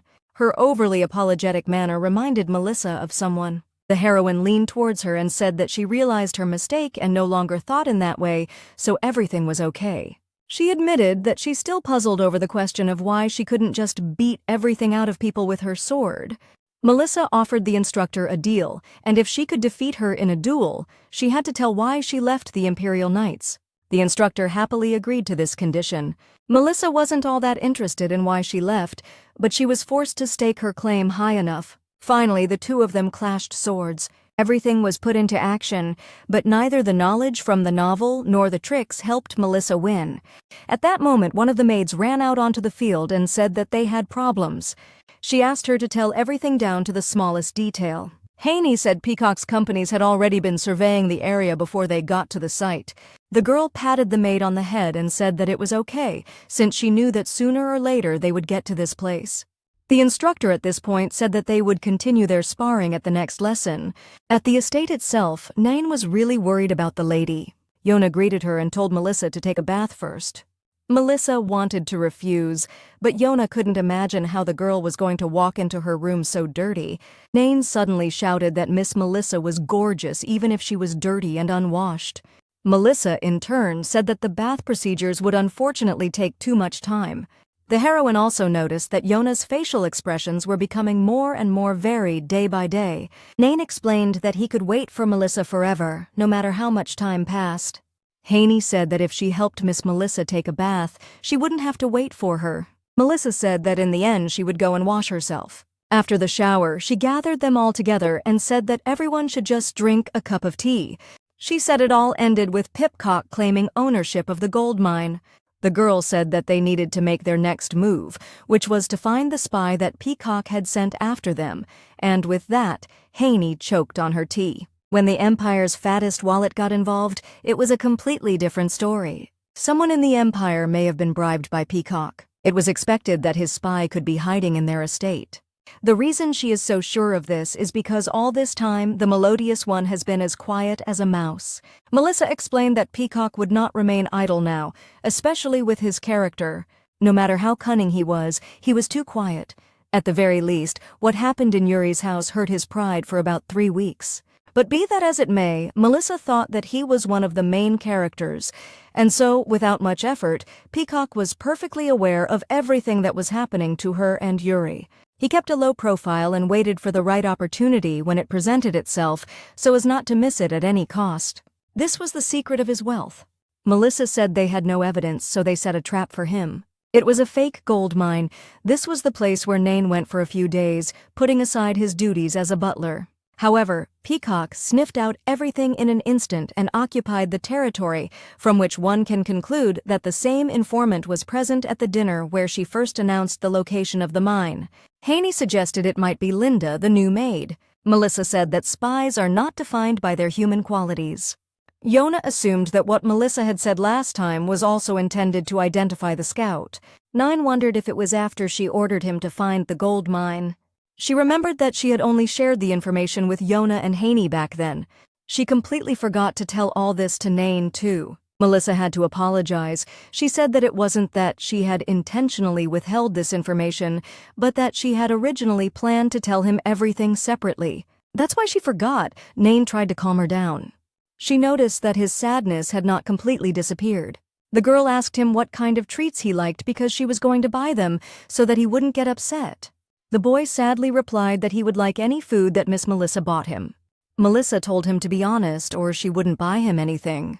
She stroked his head and said that this time she believed him. She suggested that he end the conversation and go shopping. Melissa thought that she, like a child, unconsciously reached out to stroke him, although she should have controlled herself. The girl admitted that not long ago, among those buying poisons on the black market, she found a man who was somehow connected to Peacock Melody. The novel also featured Peacock's plan to secretly murder Melissa. According to the original story, Melissa tried to assert herself at the expense of the poor Yuri. However, Lady Potterbrat's enterprise failed due to the large melodic business, and the girl herself was accused of tarnishing the family name. She became even more embittered and, cursing Nikok and Yuri, tried in every way to harm them. Then Melissa, who made baseless attacks on Yuri, began to get on Peacock's nerves, and he decided to break his own principle and began developing a plan to poison her. There was a huge influx of comments about how heatedly he delivered this frivolous address, but now it all looked unceremonious and brazen. The girl admitted that she decided to take advantage of the situation. Melissa thought that if she took this chance, she would not only be able to get rid of the peacock next to Yuri, but also fill her wallet. The assassination attempt on the Duke's daughter was a very serious crime. No matter how many times Peacock has gotten out of jail time in his life by paying extra to cover up his dirty deeds, he won't get off that easy now. In other words, it was necessary to piss him off as much as was possible. She told Yuri about this, so they got together to prepare an antidote in advance. The problem was they didn't know what poison he would use. At that moment, she was distracted by Nine's angry face. The girl tried to calm him down, saying that nothing terrible would happen anyway. He didn't understand why the girl didn't take care of herself like that. Melissa didn't understand where he got such conclusions from. Could anyone really care about her more than she did? Nain screamed that no matter how strong she was, she could suffer or even die. He admitted that he felt a strong sense of helplessness every time she did this. Melissa said she does what she wants. She may not have been a genius, but she wasn't stupid either. The guy wanted to object to her, but Melissa seriously told him that his duties did not include her guardianship. Now it seemed to her that she had been too hasty in calling him simply a butler. However, Nain rose to her and said that he would accept any poison from her hands. But Mrs. Melissa herself should not take any poison. The boy turned around and left, saying that he would humbly accept the punishment, but would not be able to fulfill her request. Nain got angry, as they say. Still waters run deep. The next day even the instructor noticed this. She said that usually after their training he ran after her and asked her to be more gentle. Melissa admitted that they had a little argument yesterday. He didn't talk and only did his assigned duties. The instructor suggested that she should be very concerned about this. She said that usually when there is a misunderstanding between the owner and the servant, the problem is solved by dismissal. Melissa thought that she had never even thought of leaving him. The instructor laughed and said that it seemed like she didn't mix work and personal life. The girl agreed with her a little awkwardly. She asked the master not to portray her as a heartbreaker. Melissa thought that Corton was the #1 noble knight in the whole world, who never wasted a second. But in the end it turned out that she just wanted to live freely and comfortably. She asked the girl what had happened. She didn't tell her all the facts, but then the instructor said she had the inside of a stool. Now she felt sorry for the butler and understood why he was so angry. She asked my lady to think more simply. The instructor explained that the guy was just worried about her, but Melissa saw no reason to worry. She explained to the girl that his concern did not mean that he considered her weak. The instructor suddenly said that they would not waste time and she should grab the sword to continue training. If Melissa keeps standing still like this, she'll lose all her muscles. Finally, she announced that since Melissa took a long time to get up, the training time would be increased. Melissa realized that this was the real level of Yona, who easily changes her shoes for money. The instructor decided to test how well her sword was tuned. She dodged attacks as best she could and attacked back. Eventually, the instructor's sword flew out of her hands, and Melissa was left the winner. The instructor said that she really has a natural talent. She said that she was clearly ready to say goodbye to her life. She finally agreed to pay the terms of her bet. Melissa thought the girl was not entirely comfortable talking about it, but she denied it. She asked permission to introduce the man who had caused her to end her knighthood. The girl realized that this was one of Yuri's brothers, but she didn't understand what he was doing here. She said that knights of the imperial house are forbidden from having relationships, so she left for this guy. Melissa recalled that in the original, Yuri had brothers with a sister complex who later got married, but their names were never mentioned because they were minor characters. And in such books, at the end, all the main and secondary characters always start dating or getting married. The girl admitted that she thought that if she became a knight, she would be constantly fighting. But in reality, it turned out that the knights of the ruling house were always near the emperor. That's why she decided that she would only protect one person, and that was Robbie. Melissa, of course, assumed that the reason for Cortana's resignation could be anything, but something connected with such a person? Cortana asked her if she knew why she had decided to introduce her to Robbie, and she could only guess. Cortana said that in any case, this guy would fly from anywhere for their meeting. Objectively speaking, both she and Robbie were quite strong. She was a descendant of the Imperial House of Knights, and Robbie was a member of Elizabeth's family and one of the most powerful mages in the Empire. They knew each other well, but they became anxious when one of them was in danger. And it was unbearably exciting and difficult because her heart hurts 1,000 times more when he suffers, and not she. She explained that you want him to always be healthy and happy. Even if it's not her fault that he's in pain, you'll still feel like it's your fault. It was not a question of rationality, but a question of people's feelings, and she believed that they too should to some extent understand the person who worries about them. Melissa thought that Robbie, in love, was indeed acting like a fool, but she hadn't brought him here to show off. Melissa had enough of the main characters going crazy in the name of love. Suddenly the girl hugged Melissa and finally began to tell her why she had called Robbie. She pointed towards Nine and said that he was shaking with excitement because the conflict between them had not yet been resolved. The girl told her that during all this time she had not been able to ask him to give her a towel and had shown indifference with her whole appearance, simply wiping the sweat with her sleeve. And when their eyes met, the man opposite was so charming that she didn't know where to go. At some point, Melissa came up to Yuri and said that the color in the cauldron was not very good, although the ingredients were all fabulous. It was an antidote and it didn't really matter, but the main thing was to keep his life. Melissa assumed that by this point Peacock had already discovered that the gold mine was a fake and had closed down his business. The spy who visited the house ruined everything, because this man dared to sneak into her chambers and cause chaos. And it wasn't she who ruined everything but the romantic in her house. Yuri promised to create an antidote so powerful that it would save her. The girl noticed that Melissa was very thoughtful and seemed worried about something. In her thoughts, the instructor asked her if she hadn't realized all this. Melissa herself noticed how charmingly he looked at her. That conversation with Cortana helped Melissa realize her feelings for Nine. Now it was terribly awkward, even when they simply bumped into him. Melissa tried to change the subject and said that she simply came without Nain, because this had happened before. Yuri said that she would contact her first as soon as Peacock sent her an invitation to tea. She wondered if Lady Melissa should carefully resolve the pressing issue. And then the issue that she cannot resolve now will resolve itself. Melissa jumped up from her seat and said that in that case it was time for her to go. Ultimately, she needed to move on to make any difference. To give the novel a better ending, this global change could be, for example, a new connection with someone. At that moment, Yuri thought that she was strong and had to create a strong antidote.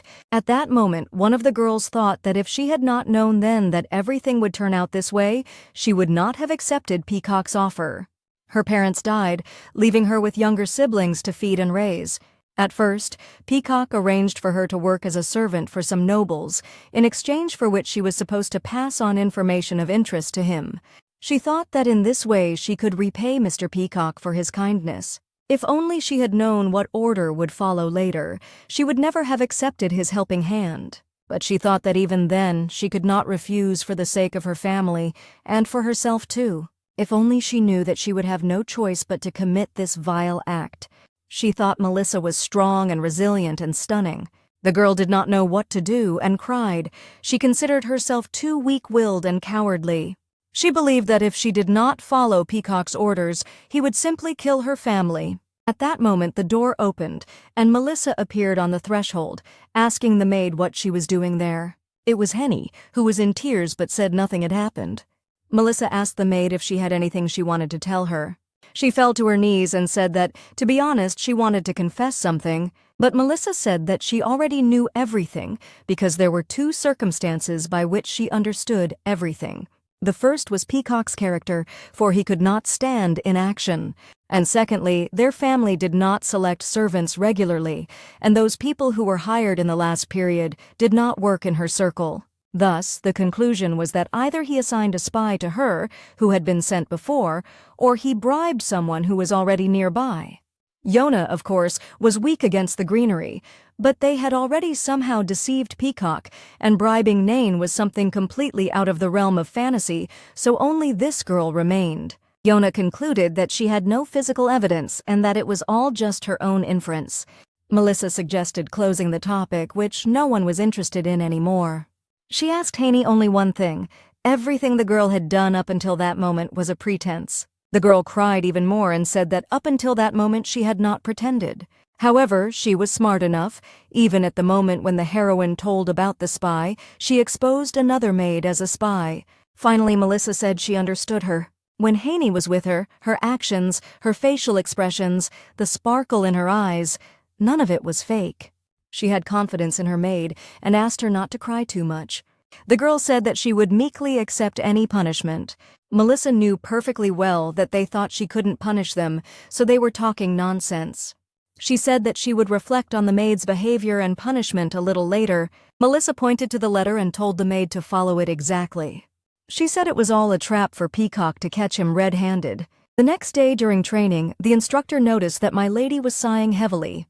She asked if she was upset that the butler was no longer waiting for her. All their planned work was going so smoothly. Yuri's universal antidote was ready, and having discovered the spy, she was already fully prepared to strike back. But after that conversation with Cortana, she still couldn't find a place for herself and even avoided Nain a little. Cortana urged her not to be so embarrassed. Melissa advised her to think better about keeping her job, because there were rumors that a certain lady was cutting back on her staff. Cortana said that if she fired her, she would just go build her own house with Robbie. She laughed and couldn't understand where the butler had gone. Melissa turned away and sadly said that he had simply disappeared. She tried to concentrate on her fencing lesson. The trainer said that this time the sword chosen inspires some fear, a terrible energy emanates from it. The coach sincerely asked the girl to be easier on her today. Melissa noticed how quickly she apologized, but someone has been thinking for several days about how to ask for forgiveness. The heroine thought that if she apologized to Nain, their relationship would become like before. In that case, she was needlessly bothering the person, trying to be positive and simply running away from the real problem. Until now, she couldn't understand what kind of relationship she wanted to have with Nain. Besides, if she didn't know what Nain wanted, she could just ask, since a relationship involves two people. And if you constantly whine about your relationship when you're alone, nothing will change. She shouted to the coach that she would skip training today. Cortana just smiled and said that they would still make up for it. Although she didn't know where Nain was now, it wasn't scary. First, she decided to call him by name. Nain was sitting in one room, and now someone told him that in the last few days so much mold had grown in the rooms. It was Yona who was now standing right next to Nain and greeting him.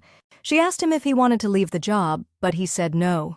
Finally, Yona realized that Nain had simply had a quarrel with Milady. He said that after that she avoided him, apparently, didn't even want to see him. Yona said out loud that Milady would never leave him. He thanked the girl for her consolation, but said that he had nevertheless done something wrong and would now do whatever Milady wanted. Just when Yona thought she didn't have to comfort him, Melissa's voice was heard. She noticed that the feelings Milady showed for Nain were never friendly, and at last she decided, apparently, to put an end to it. The guy rushed from his place and ran towards Lady Melissa. She asked him if he would go on a date with her to eat something tasty. In fact, Nain really thought he would be thrown out this time. He remembered very well how the last time she had called him simply a butler. He thought that just looking at her was already happiness. The girl asked him again if he wanted to go with her to talk. The guy said he didn't mind at all. For some reason, his words made Melissa even more embarrassed. And the guy covered his red face with his hands and said that he liked tasty things. The girl jumped up and down in front of him and said that everyone liked the tasty things, so they should quickly go and eat. In fact, her heart almost jumped out of her chest because she could not do anything else, as she was charmed again and again. A little later in the carriage, the guy said that everything would suit him. He said they didn't have to look for any particular place, as he would happily eat the food sold on the streets. The girl said that she couldn't allow this. She had nothing to do but trust her own intuition. Suddenly, she noticed a cafe and asked the coachman to stop near it. When she got out of the carriage, she offered him her hand so that he could take hold of it. At this cafeteria, they were greeted by a waitress who asked if they would be alone. Melissa had already thought that this was the second season of Peacock's Cabinet. They were informed that a special promotion for lovers was currently taking place. Melissa turned to Nain and said that if he was uncomfortable, they could leave there. And he said that they could leave if she was uncomfortable being there. Finally, Nain cleared his throat and said that they were not lovers at all. At this time, Nain himself thought, how dare he speak like that? Melissa thought they were mistaken for a couple, and his face was already breaking into a smile. Melissa thought Nain was just being sincere. What if the kindness he showed her wasn't just because Nain himself was so sweet and sincere? Could all this really be because he cared about her? At that moment, the girl, already sitting at the table, thought that her insight was really at the level of a stool. At that moment, a real struggle was going on in her head, because her feelings were going through the roof. When she asked him if he had ordered anything, he said that he had already done everything while she was not paying attention to him. Melissa tried to pull herself together. Even after a tiger bite, you can only survive if you pull yourself together. She confessed to him that on the day he got angry, she could not understand his feelings and did not realize his experiences. Nain said that it was he who, having given in to his emotions, disobeyed her decisions and was not completely devoted to her. She said that they both just had a misunderstanding, so she wanted to talk to him and sort things out. Nain explained that this would not happen again because he was her devoted servant. Even with her poor insight, she now realized that Nain was simply trying to draw a line between them. She asked him if he liked her, and with the same words she hid in his arms. She said that if it is difficult for him to answer the question, then he may not answer. The guy hid his face behind his hands and said that he didn't know if she knew about it, but he was saying it for the second time. The guy slowly approached the girl and said that he was already in seventh heaven from happiness that she found out about it. He leaned towards her and touched her neck. After this, Nain said that he wanted to roughly confine her in his arms, but at the same time, he wanted to be the most affectionate and gentle with her than anyone else. As soon as the girl called his name, he fell to his knees before her, begging forgiveness for his insolence. The guy said that if Melissa was uncomfortable, he would try to give up his feelings. When the coach asked Melissa about the results of the meeting the next day, she said that they went to a steak restaurant. The girl didn't want to talk about this topic anymore, and she asked to start training. She remembered that the coach herself had gone on a date yesterday. In fact, Melissa felt so awkward yesterday that she even forgot to breathe. He asked her to forget everything he said yesterday, but she said that she would not forget such a thing. The girl suggested that it is not so easy for people to just give up their feelings. She knew it sounded very strange, but people were free to love whoever they wanted. Nain fell to his knees and confessed that Milady was the one who killed and resurrected him at the same time. At that moment, Nain realized the difference in the depth of his own feelings and Melissa's. He wanted to reveal his feelings to her a little later and in the best possible way. The guy said that he would then be grateful if she gave an answer. Sometime later, Yuri reported that she had received a letter inviting her to a tea party, much earlier than expected. It was Peacock who invited her to tea to make amends. Yuri said that since Mr. Nain had identified the type of poison, she would now be able to create the perfect antidote. It seems that thanks to him, they have reduced the downtime. The girl didn't understand why the relationship between Yuri and Nain was always so tense. She was about to start a full-scale hunt for this arrogant Peacock. Time flew by and finally tea day arrived. The girl asked Hanny not to worry because she would take care of her family. She just had to do what Peacock told her to. She said that this was the last mercy she could show her. The entire journey was supposed to take about an hour or two. She learned this from the coachman. Today, it would have been much faster, since the carriage was harnessed to a horse that was especially valuable to her. And then the girl realized that this was the same horse she rode during the hunting competition. It was the same Black Devil horse. Eventually they got there at a breakneck speed and Haney became ill. Melissa even thought that it was just a breathing sports car, stepping on the gas and madly racing down the road. In the carriage, Nain said that she would protect Milady and hugged her. Melissa thought that maybe it was because he was in good shape that he took it so well. The girl even thought that no matter who looked at this house, it would immediately become clear to everyone that Peacock was simply rolling in money. Eventually, the servant came out and realized that they had arrived earlier than planned. The girl asked him to take them inside. This palace contained a variety of works of art and expensive decorative elements and an indoor flower garden.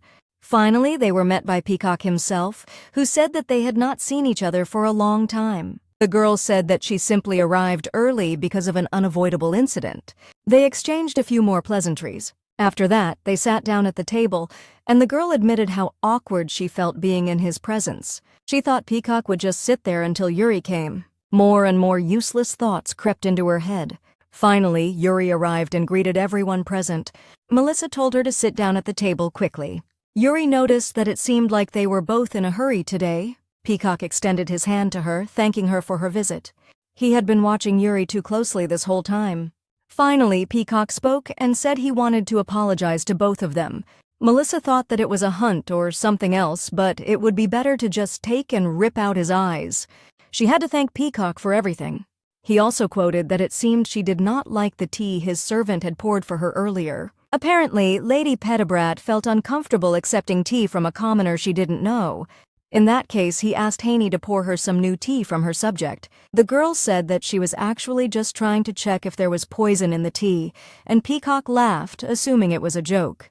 The girl said that she would be happy to try this tea and took a sip from the cup. As soon as she took a sip of tea, she felt a sharp pain in her stomach. At one time, Yuri had enough willpower to resist. However, time after time, these attempts failed. This man was supposed to give her up only if his opponent became the king of the country. She thought that this aristocrat would not be able to do anything to Yuri. Peacock once told her that he, too, had half-noble blood running through his body. She was incredibly tired of him. She knew that now he would start talking again about how he, so innocent, ended up in this hell because of the dirty aristocracy. He told Yuri that he knew she was the same as him. At that moment, Yuria rushed towards Lady Melissa, who was lying on the floor and bleeding. They were halfway through the story, and she already considered herself the best healer in the world, because there had never been anything that Meredy couldn't handle. At that moment, a man approached her and asked why she was so surprised, because it wasn't so unexpected. The girl screamed at him that it was all shameless.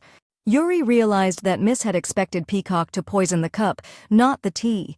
He assumed that one of her servants, having taken offense at her tyranny, had done this. He said that Yuri should be quieter now, because there was not a soul here who could help her. She realized that Milady was still not awake, and Peacock said that she had had a good time at the Earl's house with this lady. In the original, Lady Melissa wasn't supposed to die here, but then Yuri didn't understand what was happening, why she still hadn't woken up. Peacock leaned over to her and told her that she was just like him, flawed. Yuri couldn't understand how her foolish hope had put Milady in such mortal danger. Peacock leaned towards the girl and said that he loved her, so he was ready to do whatever she wanted. The girl understood that a life full of failures awaited her again. At that moment, Lady Melissa came to her senses and threw herself at him with her fist, saying that he could go to prison and talk there about whatever he wanted.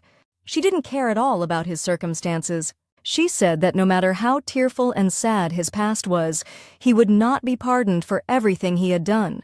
At that moment, Yuri couldn't understand who she was. Melissa screamed that Yuri was just Yuri. After this, the heroine simply started coughing. The girl said that one should directly ask the person who served this poison. Haney, however, said that in truth she had committed a mortal sin, because she was always at her mistress's side and was his pawn. And she also knew about his poisoning and did not dare to tell. Melissa walked up to the girl and placed her hand on her shoulder, telling her not to worry as her brothers and sisters were already at the sub-brother's estate. She said that Yona is good at carrying out assignments. At this point, Haney became bolder and shouted that it was really possible that someone who had betrayed once would not betray again. She had all the notes that this Peacock had sent her. Melissa said they also had all the evidence that his man had bought the poisonous substances. Peacock suddenly laughed and said that they were actually present at his country estate right now, and he was going to kill them all. The girl just smiled and said why were all their faces covered? She wouldn't be able to tell which of them was beautiful and which wasn't. Besides, they looked very strange in these clothes. Peacock suggested that she was simply trying to delay the moment of her death. The guy told the mercenaries to start attacking the girl, but they didn't move from their spot. She said that if their faces were covered, he wouldn't even know if they were really on his side. It turned out to be Melissa's brother, and he in turn said that he heard everything that this man said. Peacock was very angry. If it weren't for this girl, he would have succeeded. With these words, he took out his pistol and fired. But Yuri managed to run forward and use her shield to prevent the bullet from reaching them. She proudly declared that she belonged to no one, not Peacock or anyone else. It was at this moment that the guards announced that Peacock Melody was henceforth under arrest for attempting to murder Mrs. Melissa Podebrat.